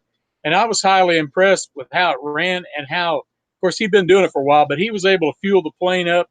And the whole process was a smooth, steady, one thing after another, starts the engine and goes. Once you set the needle at the first of the day, you never have to set it again. Apparently not, yeah.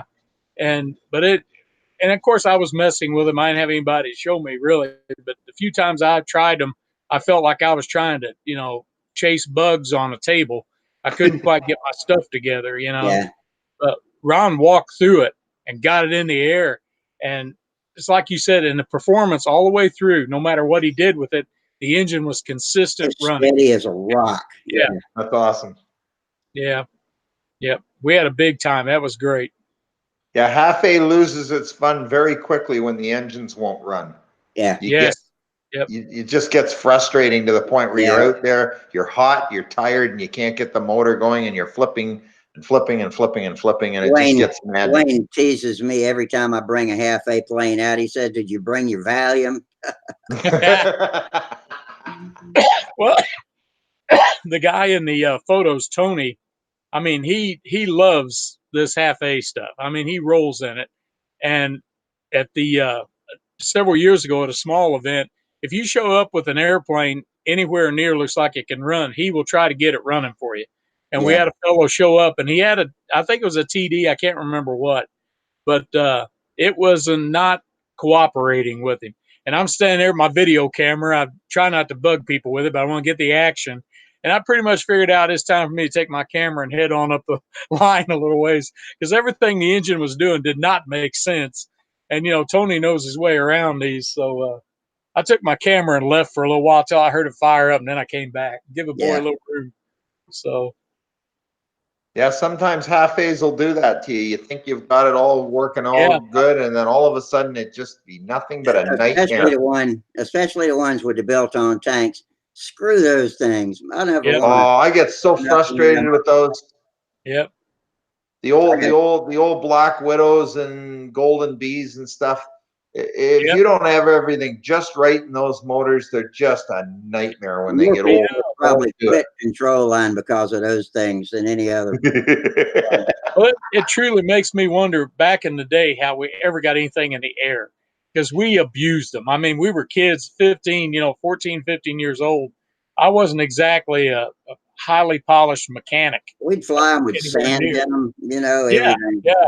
Well, I remember reading a guy talking about, he said as a kid, he was highly impressed that a little engine could grind up sand and rocks and still start. So, you know, and they did. So, you know. It's true. But you know what the difference was? The difference was that we took them out and we ran them every single day. Every chance. Yeah. You know, you would be running it day after day after day after day and running them hard. But the thing is, once it sits in your toolbox though and gums up for about 5 years, take it out and let's see you run it then. Yep. You couldn't make that thing run to save your life. On the other hand, you can take a Fox 35 that's been sitting for 20 years and crank it right up. No problem. Yeah. Yep. That's the problem with those old Golden Bees and stuff. Once they've been sitting around and all that green gug and everything inside hardens and congeals, good luck getting it going now. You can clean it till hell freeze over and it still doesn't run worth a damn. Yep. Yeah. Put a regular back plate and an external tank on it and you got a whole new machine. Yeah. Then they run better. Yes, definitely. You can run Reedies on a bladder too. A lot of people told me you couldn't until I went and won the Reed Speed contest with my little scratch-built Mustang with That's awesome. With a people think there's a lot of things you can't do, but you can if you're willing to take the time to try and figure it out. Yeah. Yeah. Well, when I made the flight with Little Traveler, it had an 049 engine with a 4-ounce tank behind it. And I got told left and right how that little engine will not draw fuel out of that big old tank. Hey, it's got a heavy fuel head on it. It ought to. Well, yeah. And the thing is, it wasn't going to do any aerobatics. It was going to be straight and level, although it'll do loops and stuff. But my logic was, well, I've had the line fall off an engine a couple times. It'll siphon the whole tank out on the ramp. So if the engine's sucking on a little bit, it's bound to keep going. It flew all the way to Uncle Wayne's house. So you had one disassemble itself over the river, over the Mississippi River. Yeah, that was sad. That was Little Traveler too.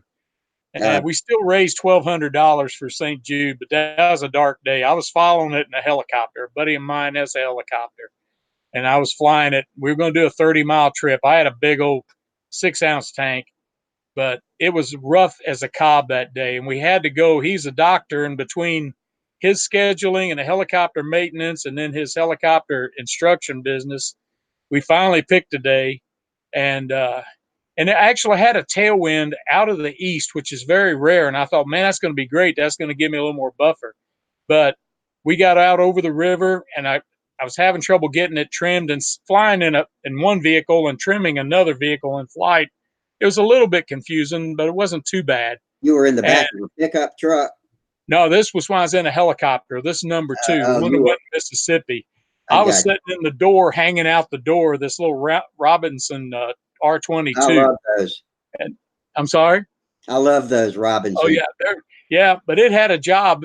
Paul ain't the smallest person in the world, and I ain't exactly tiny.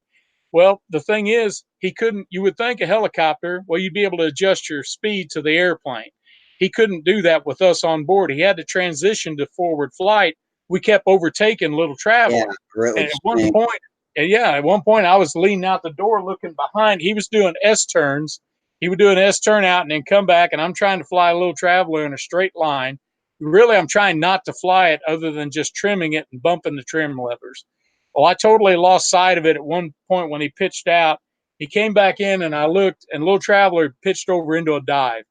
I just barely touched the elevator because I knew it was probably going Mach 2. When I touched the elevator, the wing snapped off, and we were over the second crossing of the Mississippi River. Mississippi makes an S turn by Cairo, and Little Traveler went in at full power, and we circled down. I actually got pictures of it, debris floating I in remember the the river. pictures, yeah. Yeah, and see, the Mississippi was in flood stage, or I was all ready to go get my kayak and go try to find it, just because. But I figure it's either stuck in a tree in Missouri somewhere, or maybe it made it to New Orleans. I don't know. But that was the one we lost. The Mini Mambo is the one we flew from the back of the pickup truck, and it succeeded. But and the weird thing was, Paul felt bad, like it was his fault or something. He was going to buy me another kit. I said, "You're not going to buy me a kit." It was a real quiet flight back to the airport for sure. But anyway, and but he's a great guy to volunteer the helicopter. That was no cheap ride. No kidding. Yeah. Yeah. But Have But you ever that was, taken the stick in a helicopter? I'm sorry? Have you ever taken the stick in a helicopter? He is I've got a couple, I would say maybe 20 minutes total of instruction, and everything you learn in an airplane screws you over in a helicopter. Here. He originally had a cute little Brantley, which is he calls it a flying ice cream cone, and that's really what it looks like. I got some instruction in it, but between the torque and correcting for the torque with your rudder pedals and your cyclic and everything, it wasn't pretty. Now, Paul's a really good helicopter instructor, and he'll let you get pretty crazy before he finally steps in. And it's so funny because everything's going to hell, and Paul takes hold and gives it a little push, and the helicopter goes, boom, and it makes you feel kind of goofy, Yeah. you know. But now my brother flew helicopters for the Highway Patrol and in Iraq. He was a medevac pilot over there. But I fly the airplanes. I can understand an airplane, sort of, maybe. Our club president at the Jackson Flyers was a Huey pilot in Vietnam, and so he'd always be telling us evacuation stories and helicopter stories, and he was a helicopter instructor too, and he flew Civil Air Patrol looking for forest fires and that sort of thing too. Okay, yeah. Back here, and so he had interesting stuff, but I have never flown in. I have never ridden in a helicopter. Well, it's a weird kind of feeling. To me, it doesn't feel like flying. It's more like you're hanging in a gondola. Yeah. And maybe if I flew them, if I'd had more time in them, I mean, they're great. They can do things airplanes can't do. There ain't one nut and bolt between you and the ground either. No, there ain't. There ain't. But this fellow Paul, he's just built this little business. He originally started flying these Magni gyrocopters. He still flies them. He's got several world's records in them. But he loves anything that slings its wings around over his head, you know? Yeah. So, but he's got his own little band of like I don't know, like merry men. Well, there's some women up there that flies helicopters. And it was one of those cases where if you build it, they will come, because he's out in the middle of nowhere, but people come to get instruction from him and to fly his helicopters. So, but there's always something happening down there. Wayne's been doing some full-scale soaring lately. When I kind of that's broke great. up and fell out of control line, he picked up with an old hobby of sailplanes, model sailplanes, and building them. And he was actually watching try-ins threads on RC groups about how to build them, and learned a lot. And then went back to his even older hobby of flying the full-scale ones. And Yeah. So he does that fairly regularly now. He's bought one. He's got one himself now. So that They're sounds. wonderful. I was I've never involved been with up them in for a one of those while. either. He flies Well, until he has to pee and then he comes home. Yeah, well, that's the case a lot with a lot of it. Or you Yeah, could get some astronaut diapers, I guess. yeah. That takes some dedication. You Yeah, got that sun cooking you. It wouldn't be too long before you smelled pretty bad. yeah. You could always catheterize, but that ain't for me. Oh, there you go. Yeah, I'm not that dedicated. No, not me either. But no, they're wonderful, and it's sailplane pilots in a way. They're kind of like crop dusters. They're extreme stick and rudder men. Yeah. They're very big into the real basic, squeezing everything out of the basic controls of the aircraft. Find and lift. Yep. He had to. He'd lost everything he had one day and picked a field. And as he approached, he realized there was a soccer game going on. So he went low, and whatever he did, he pulled full control surfaces one way or the other, close to the ground, and made the plane roar. And then pulled it back up to where he could loop back around, and everybody heard him. Looked up, cleared the field, and he was able to roll in. Yeah. Sailplanes are crazy that way. They have demonstrations up at Oshkosh where a guy will come down, he'll fly all the way down the runway, and you would think he would have bled off his speed, his momentum. But yet he pulls up at the end of the runway, cuts a big wing over, and comes back down, and still doesn't land like 3/4 of the way down the runway. Mm-hmm.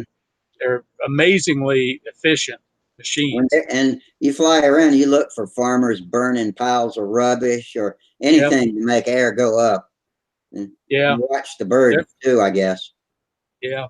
Oh, they're all kind. And you can pick out features on the ground, like a large hill that's facing into the sun will produce lift that the surrounding area won't. Yeah. Yeah. And he used to fly up to the Appalachian Ridge and ride the ridge all the way up to Virginia and turn around and ride back home.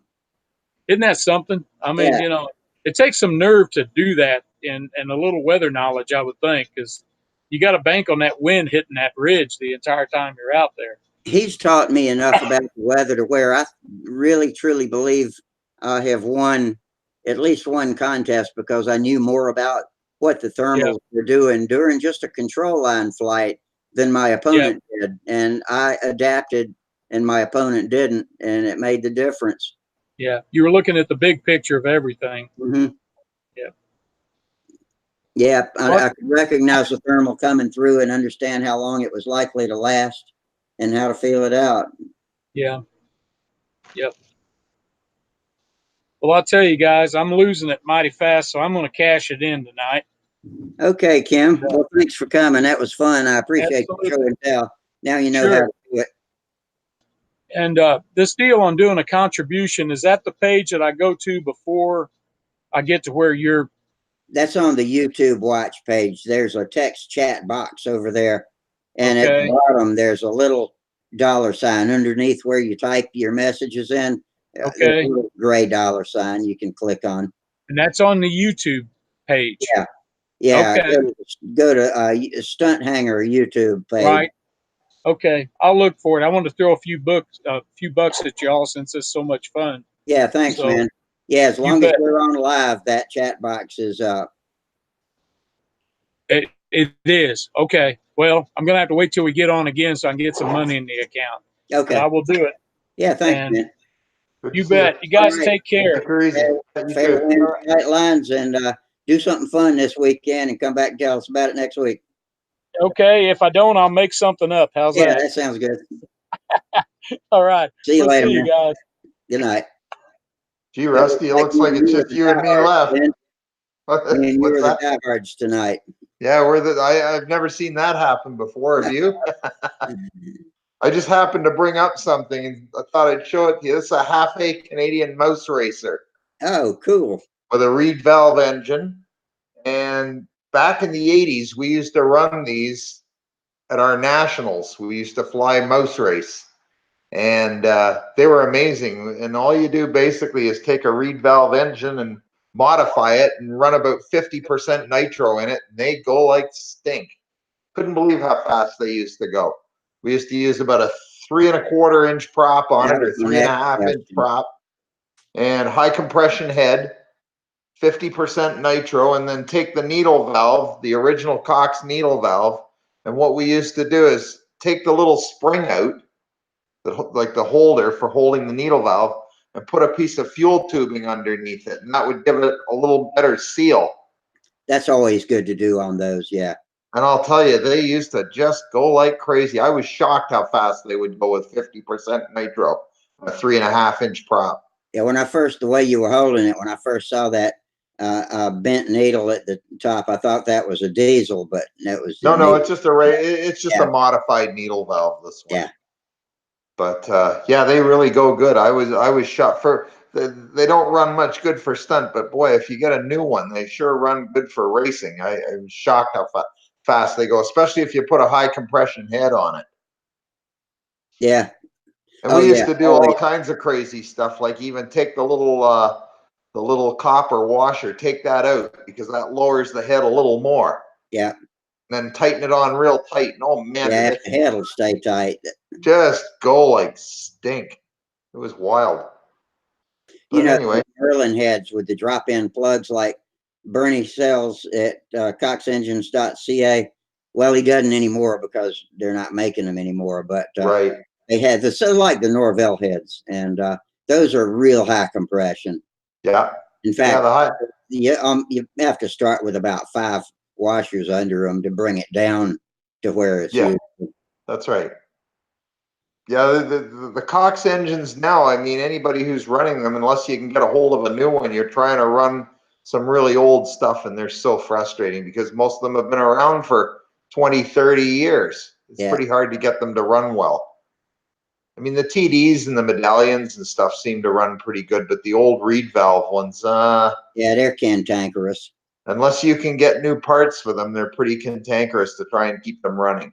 Yeah, well, Bernie really bailed us out when he bought everything. He and Matt from X Model Engines, right, in the U.S. and Bernie's in Canada, and both of those guys have everything we need. They've been really good for the Cox and keep them going basically. Yeah.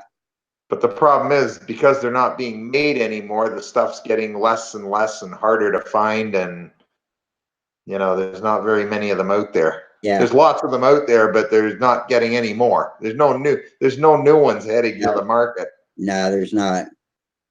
But yeah, we've spent a lot of time playing with the half A's, but Naomi and I play with them a lot right now just because with her training and everything, it's just so much cheaper that when they crash, we can get another one in the air in no time.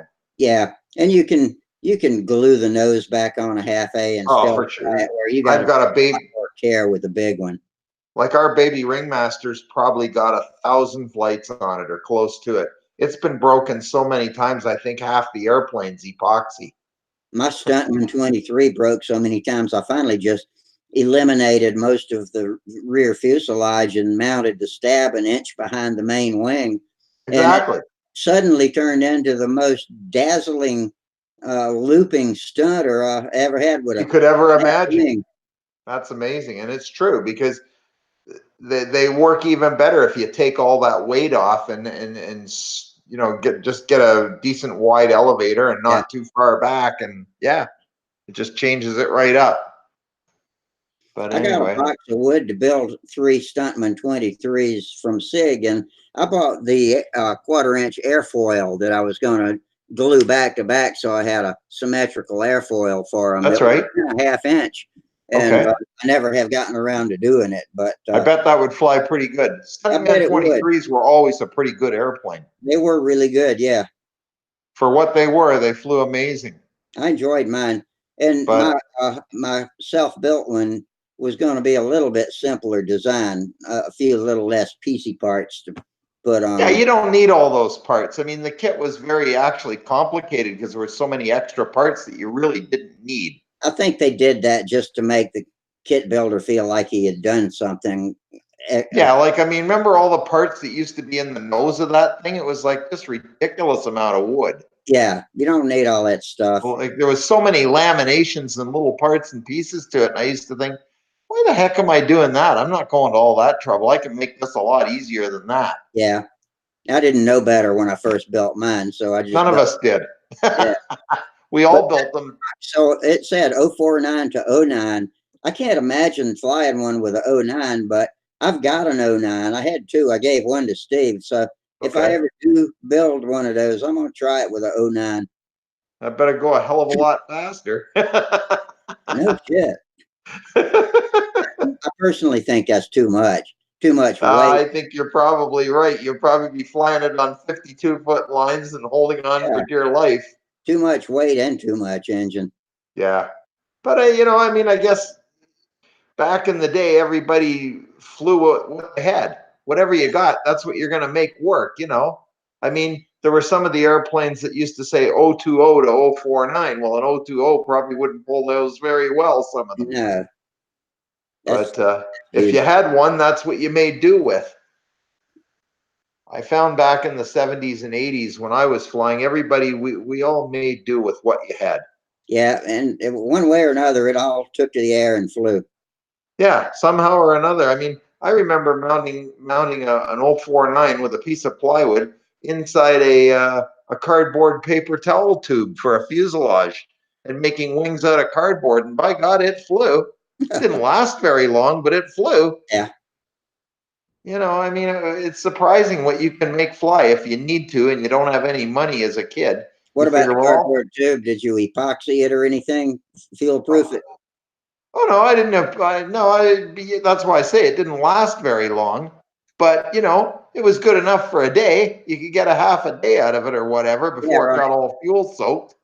It was flyable, and the whole thing when you're a kid is just to make something that would fly. Yeah, that was You didn't care what you didn't care what you had to make it out of. You had to figure out a way to make something fly because you couldn't go to the store and buy another new kit because you didn't have enough money. So you figured, well, I'll make it out of something else. But anyway, I'm surprised you didn't get more people on tonight. But I guess they're all either going to the Nats or whatever or on tired. holidays. I don't know. Yeah, I'm surprised too. I was expecting to get more than this, but hey, we had fun. And Kim really got us going with his slideshow, so I appreciated he could do that. That's awesome. Steve was talking about Samantha's work schedule, and I was like, okay, well, that's fine for a while, but For a while, yeah. About some airplanes, and Kim bailed us out. That's good. I didn't have anything. And I opened my opening monologue. I talked all about Space Week because this is the anniversary of Apollo 50th anniversary and Apollo 11. Okay. And All so right. I had a lot of space news to talk about. So I was able to carry on tonight and Carry on and keep it going for a while. Yeah, till some people came in. Right. Yeah, I've never seen it this quiet on Stunthangar any Friday or any Monday. Yeah, and it's But 11:48 now, so I guess 11:48 now. Well, we'll nurse it for 10 minutes anyway. We'll get it to midnight, Spark or Rusty. But beyond that, who knows? I don't want to start getting tired on you and falling asleep. Yeah, that's okay. I'm not going to go past midnight if nobody else shows up. No, exactly. You Yeah. know, I should probably get to sleep myself after that. It's been a long day. We only got 9 watchers out on YouTube right now. Okay. Yeah, Jackson Avley's even checked out, so I don't know who's out there. Sparky was watching us for a while. I don't know if he's still out there. Jorge, excuse me. I always reflexively pronounce that with the English phonetic form, but it's Jorge, Jorge Gonzalez from Cartagena, Colombia. And he's Colombia. He's watching us, or he was. Guess he's still out there. So when does the Nats actually start? Is it started yet, or is it started? I think they had control line scale today. Okay, so they're working on scale already then. That's written on my calendar. I'm not sure who told me, but I wrote it down whenever I did. And do you know when any of the aerobatic stuff starts? I have no idea. Okay, I know some of the guys are already down there. I've seen that on Stunthangar, that live feeds and so forth. Sparky says he's heading up Sunday. Okay. Yeah, he and Charles are hooking up, I think, and riding together. All I'm not right. Well, sure that's where good. they're meeting, but I think they're meeting up Sunday and are going to do something. Sparky's got a plane for Charles, and I think they're going to go flying wherever it is they are, and then go to Muncie. Oh, okay. Cool. Yeah, I'd like to go one more time. I was there in 2012, but I've never been back. Just too busy, can't afford it, whatever, just always reasons why we can't make it. But I would like to go one more time, have one more shot at it. The last time I went was my first time there, and it was quite an eye opener. The guys there are really good flyers from what Yeah. I can see. And it's an intense, it's not Yeah, it's anything. not like your like that. local competition. These guys mean business. They're there Yeah. to fly well, and they're there to beat everybody, and I Yeah. understand that. And And that's what it should be. Will Davis told me one time that it's not for fun, or it's not nearly as fun as going, No, anywhere else. It's hot, it's grueling, and it's all business. it's tough. I mean, that's what I found too. I found it to be very much. It was friendly, but very Yeah. highly competitive. If you got a lot of energy, like listen to Mike talk about what he and Sam are going to do. They're taking the pulse jets and some Yeah, and they're young and they can do that. yeah, and they're dabbling in some other stuff and getting Sam exposed to some new things. So they'll have fun in that way, but it's still a lot to do, a lot to take in. I used to be very high energy in control line and had piles of energy to go all day and half the night too, but I can't do it anymore. Yeah, I don't. I just get too tired. Yeah. There was a time. That's all I can say. There was a time, and now's not that time. I have to sort of focus I've on asked what it you is. this before, and I ought to know, but what level stunter are you right now for local Expert. contests? Are you an expert? Yeah, I fly expert. Okay. I fly an expert. I started flying an expert in 2010.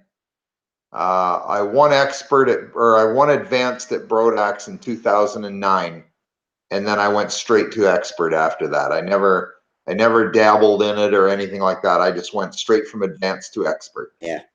And I've been fighting it out in expert ever since. On average, I usually finish at Brodax in the top half of the field, just in the top half of the field.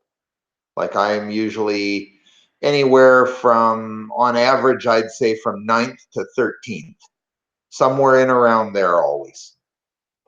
So I'm not top of the heap, but I'm not at the bottom of the pile either. I was just starting to get the hang of it, and when I won 2 back-to-back intermediates at Triple Tree, the judges like I don't know, Bob Zambelli and Wayne and Dave Wenzel, they were all telling me to go on. I need to go on up probably, and To advanced, right? yeah, and so that was on my bucket list, was to belong in advance, not just go there. So that was when I was packing the night before that October Huntersville contest when my leg broke, and so I never got to make it happen. And I'm not sure I would have belonged in advance at that time, but I would have eventually if I could have flown in a couple of them. Yep. So that was Well, disappointing. my feeling is that I feel for me, I've never, like in bigger contests in the US, like Brodax or anything like that, or even at the US Nats. When I flew in the US Nats, I flew in open in 2012, and I finished second last. But I didn't feel bad. I didn't feel like I didn't belong. I felt like I just didn't have the experience. I felt like I should be an expert, but that I just didn't have the experience yet, like the contest experience. These guys fly way more than I ever could. I got too much other things in life that are important besides airplanes. To Right. put as much time and energy into it as Paul Walker, and the guys that reportedly fly every single day. The reality of it is, to be the best at this, you have to live it, eat it, breathe it, and Yeah. be a part of it at almost all the time. Yeah. I'm not. I can't. Like I have other things too. I have other interests.